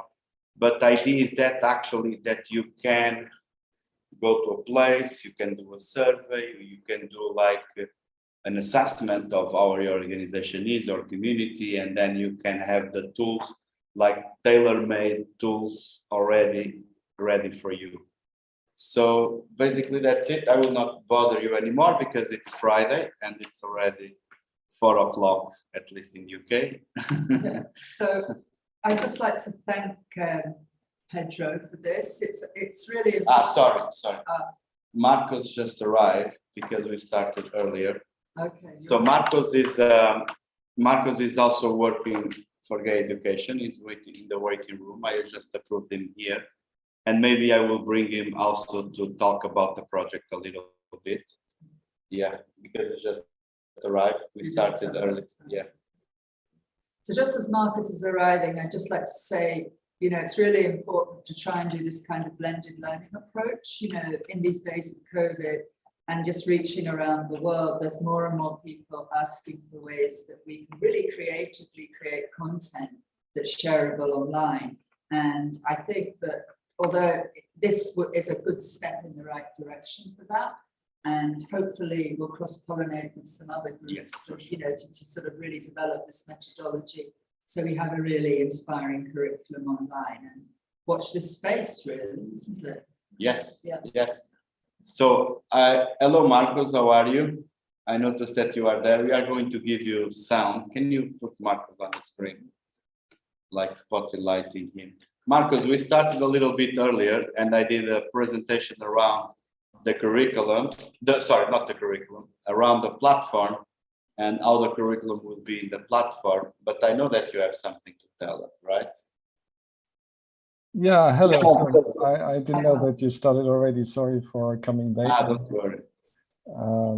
So happy to be here. So I was engaged by Gaia Education beginning of this year to work on the Community Catalyst project series. And I don't know, I can share my screen? Yes, Saskia will make you co-host. Yes, please.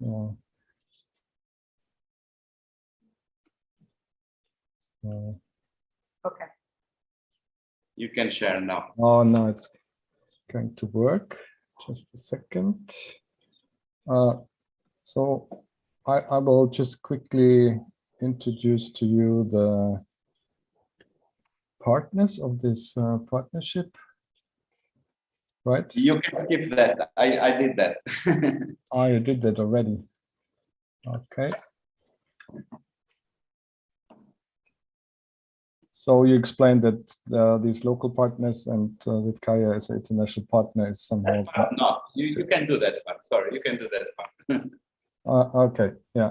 I think it's important to understand the setup of this partnership, which came to life through Erasmus Plus European projects. So there are basically 4 local partners that are really anchored in a territory, in a local place in a region. With Profilanthrop in Hungary, they also act as project lead and they run a charity job. They do regenerative development. They are connected with many non-profit initiatives in Hungary, and you know Hungary is a very difficult context currently for this kind of work.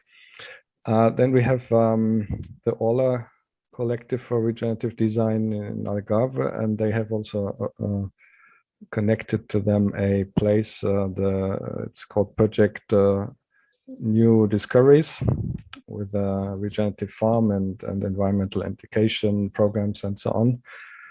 In Catalonia, we have Resilient Earth, which is also a regenerative and resilience design agency, a cooperative, and Nuria Social, which is a place in a rural area, in a small town in a rural area, which serves as a hub for all kinds of cooperatives. Catalonia is particularly strong on cooperatives, so they're in this kind of tradition. And in Sicily, we have Palmanana, also an environmental education association. And the idea is that over time, you know, this range of local partners that could be extended. It's just a kind of initial core partnership at the moment. Gaia Education serves as international partner, strong in curriculum development and the platform. Apparently, you've already seen that is currently emerging from this Community Catalyst partnership. We also have research partners, which are the 2 universities in Barcelona, one the private one, the International University Barcelona, and the public one, the Autonomous University in Barcelona. So this is the current setup of the Community Catalyst partnership that co-designs, co-creates different outputs based on a series of projects.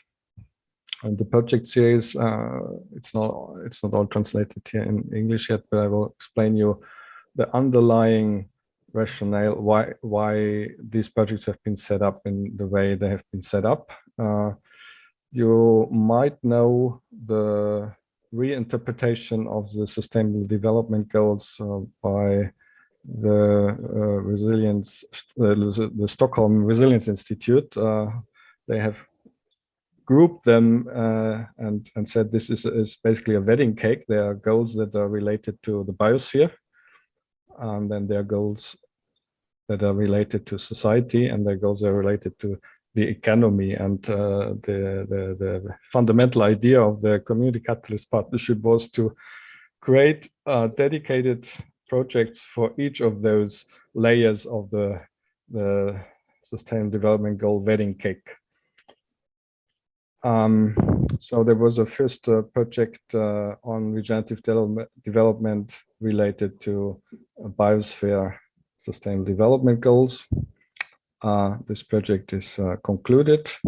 The one that is currently about to be finalized is a community catalyst for transformative economies. So this is the economy layer, and the new project that we currently start is on civic engagement and community resilience. So which is about this society at smaller scale, community level engagement with systemic transformation. So that's what I wanted to quickly show you. You see also the timeline. So it took root in 2018, and it's going to, the projects that are for which funds are secured are going to run until 2023, and this partnership is most likely launching still other projects, and through the platform is inviting step-by-step additional partners to come on board to make use of all this great content that is developed and that is shaped in different curricula and in the toolbox. So that's what I just wanted to contribute as an overall framing to understand from which context what you have seen and what you're going to see has arisen. Oh, that's perfect, Marcus. Thank you very much. I actually complement very well with the platform that I already have shown, and the way that it was actually the curriculum that we saw. I saw the screenshots of Maria from the curriculum that you developed with Maria and the Palmanana partners. It was actually a work from very much from Marcos and from the others that came out with a pathway, with the curriculum almost as gamifying, and people in the middle will select some tools. Just before we finish or we open to questions, I have one question for Marcos.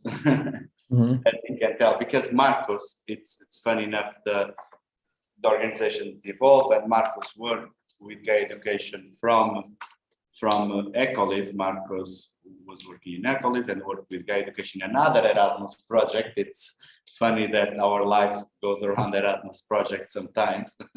And Marcos came to us because he was suggested by one of the organizations that were in this project, and it's not anymore. And then Gaia Education thought that it will be a good add to the team. And then Marcus came to the team, and it was specifically only for the next project that we don't have financing, that we just got the approval of the application, not for these transformative economies. But I guess Marcus will agree with me when I say that this consortium is like a train moving, that it doesn't matter where you are it doesn't matter where you are in the Erasmus formality. The consortium goes very well together, and we are all, I think, very good friends that we are working together on this funny stuff. And what I wanted to ask Marcus is the next one that we already have the approval, the civic engagement one. Can you speak a little bit more about it? What will be our goals for that project? As these, that's why I've shown it, as these three projects are within a kind of shared framework, this kind of sustainable development wedding cake. So the focus of the project to come is on community resilience and civic engagement. So on the one side, structurally, we will do the same things we did before in the other projects. So it's all about creating toolbox, curriculum, and feeding the platform with content and running multiplier events and so on. So structurally it's the same, but content-wise it's different and complementary, as it's focusing on the social side, the social development goals at the local level, the local community level. So how to engage citizens, how to stimulate cross-sector collaboration in municipalities around ecological transition, and so that's the content focus we are going to have in this new project. Great. I saw that there is a few comments. Shall I read this one? You can read, Jane, yes. So there's one from Ici Moi. Hello. This is from the Wanja refugee settlement in Uganda. Permaculture practitioner, teacher,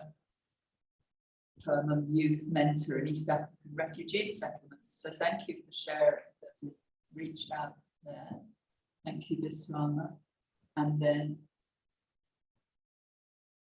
there's another comment from Petter Snedon, who lives in a community, I don't know where they're from, but they live in a community of 5,000 people on a mountain of about 27,000 people with 7 towns. And most people live the modern consumer lifestyle. And the mayors want to build it bigger and build it better with supermarkets, blah, blah, blah. So a few small groups of people are trying to bring in this kind of new values, but they're part of the mainstream with their lifestyle choices and somewhat seen with skepticism. So what by the majority? So can you give starting points for a middle way forward, where one can both live in the existing world and embrace new values in a community that needs to know change? And I think this is a really important question. Yes, that really transcends all the projects that we work in. How do we find that middle way and, live in the society structures we're living in, yet we try to embrace a more sustainable future? So maybe over to you two guys. This is a community in Italy. In Italy. It's in Italy, yeah. Okay. If they are in Italy, if they talk with Palmanana in Sicily, they actually have this organization that they work with kids, they work with also with the municipality too. They don't work like, I think their secret and their success, and we can put you in contact, it's not, despite you are living in this environment that you don't identify so much, but you are willing to collaborate. You are willing to discuss, to have conversations, and to start bringing the things that you think are the best way of creating the community, of living in community, to the let's say to the mainstream way of living that you have there. And just says who in Sicily, because Petta's in Tuscany. Palmanana. So we'll send the link yes, to you. We will Maybe send you the can link. post into the chat. Yes, yeah, we will okay. send the link. I'm not sure if Marcos wants to add something to this too. What I can add to this question, I mean, this community catalyst project series and what it's developing has a specific focus, and the focus is basically mainly to enable, empower, encourage people and initiatives that seek to act as community catalysts. And what does this mean, to act as a community catalyst? This means to activate the synergies among all, let's say, positive transformative forces that exist in a specific place or in a specific region. So this is a kind of new role to activate the change by connecting different players that otherwise would act in a more isolated way, and hence wouldn't be able to activate the transformation at the scale and the speed that we all know is necessary. So it's not necessarily producing curriculum and content that can be directly used by, let's say, the average person, the end user, the student at school. It's targeting the people and the initiatives that consider themselves as change makers, right? So that's perhaps the specification here that is needed. So we've had some interest from Jules Ellison in the Crossfields Institute in Stroud. Hi, Jules. About how can we use this in school curriculums internationally? And another comment.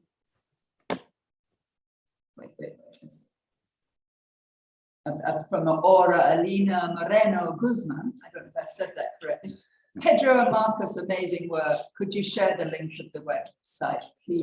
And if you're recruiting to advance the Spanish version, let me know. I'd like to participate.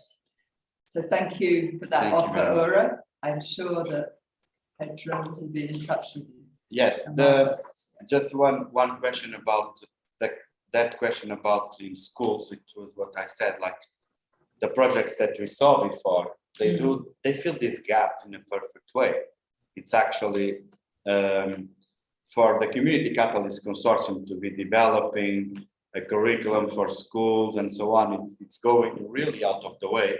It should be joining forces with the ones that are already doing. And the Gaia YES project that we saw, it's actually doing that.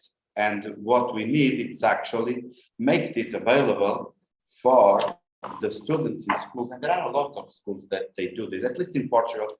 The creation of association, it's something that is very much in the blood. So every school, it's actually almost mandatory by law, I'm not sure, to have an association of students. But all of them, they have an association of students. Of course, they take care of planning parties and stuff like that. But no matter, it's an association of students. And these things happen inside of the school. But sometimes it's like there is no kind of fundamental structure. They are there just to have fun and thankful to have fun. But sometimes it's like a little bit erratic. I think it's the right word. And with the people that are in the schools, that are the teachers and this Gaia YES, all the informal education, the formal education, using the tools from Community Catalysts, that's how this will grow in schools. There is no point of the Community Catalysts doing a curriculum for schools, while there is already a group that is really embedded in schools, that is really working in the schools, and they have the trust of the children, because this is also important. They have the real trust of the children, and they can do this. So there needs to be, and this is really important, and we hope to change this, and Gaia Education needs to do its sorry, that it really needs to work more on this, using what comes from projects, putting together with other projects, and don't let things get forgotten. And not duplicate, reduce duplication of effort, and cross-pollinate and bring together all these amazing resources, you know, in places that are accessible. Yeah, of course. I think this is really important because we have several of the EU partnerships. Yeah, in different ways.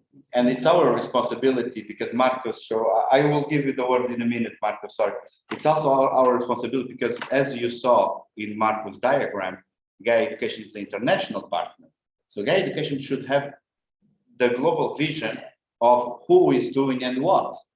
We cannot go to Sicily and ask them to understand what is going with the Gaia Education partner in the other side of Europe, right? It needs to be actually Gaia Education doing this, and needs to make an effort to actually do this.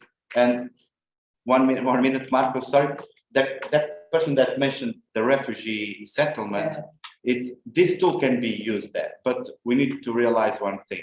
We are not building solutions for everybody in the world. So this solution came from this bioregion in Italy, this bioregion in Algarve, in Catalonia, and Hungary. And for example, it can also come from Estonia too. And these solutions that we are building, they need to be there, but we actually need to expand, to bring other partners for them to bring their own solutions. Yeah. It will not be really fair for us to come out with solutions for other people that their culture is to their worldview without considering the worldview, let's say this way. It will not be really fair for us to do that. So that's why it's important for us to reach for other organizations that they can bring, despite whatever place they are in the regenerative spiral. It doesn't matter. Everybody at certain point, they can bring tools to the toolkit, they can bring solutions for others, organizations or community problems. So that will be a step that for sure this consortium will give in the next few years. Now back to you, Marcus. I'm so sorry. Yeah, I just wanted to re-emphasize what Peter was just saying. It's all about partnership and capacity building. So it's not so much about now providing direct solutions for all very different contexts, cultural, geographical, climate context all across the planet. So it's about capacity building. And it's important to see that it's a kind of multi-level transformation system that we seek to activate from local level to bi-regional level to international level, and that these different layers start to play together. And the same thing at the local level, that the different players that are engaged in sustainability questions are starting to work together in a more systematic way. So we have in the curriculum we've now developed, there is one module just only about partnership building at local regional scale.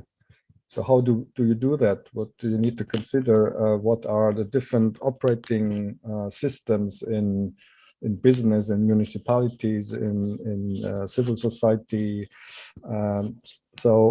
And how can they work together actually? So what are our models and frameworks and processes that allow them to create more of kind of win-win-win partnerships rather than everybody trying to dominate or escape what's going on in the other sectors? So really focus on capacity building and partnership building is the focus of the Community Catalyst project series. Perfect. Thank you very much. There are some emails. We will save the Zoom chat and try to contact, but it will also be okay if you all contact Gaia Education, and we can put you in contact with everybody that you want to listen for. And I think that's it, right, Shane?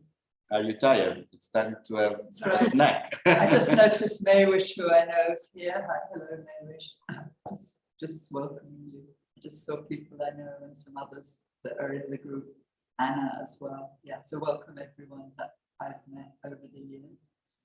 And yeah, but yeah, thank you, Pedro and Marcus. I think we've had quite a lot of interest in this in the chat. It's clearly something, I think, using this wedding cake model that is putting it kind of into action, I'm understanding, and I think this is capturing the imagination of people. So I think this is a place where we link out to the other projects in Gaia Education and beyond and create something, really to work in lots of different ways. So I'm really, thank you everyone for joining us, and we will be in touch and we'll share all the links. Someone asked about the links for the Portuguese partners. We'll share about all those things as well, and we'll follow up with all of you. So thanks very much for joining today, and please stay in touch with us. And thank you again for all your participation today. We've done our best doing it online and in-house. We've learned lots of lessons, but there's been a lot of amazing responses. So thank you, everyone. Thank you very much.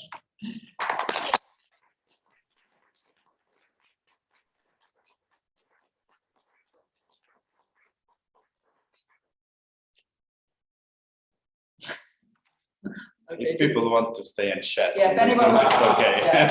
stay and chat. I'm just Yeah. So there are more Gaia Education team in the Zoom also if you want to talk with Anna. And Rafael is really new to the team, right? Yeah. It didn't even start, right? Hasn't started yet, no. Rafael starting on Tuesday. We should put Rafael on the screen. He's really new to the team. Welcome, Rafael. Very good way for you to start.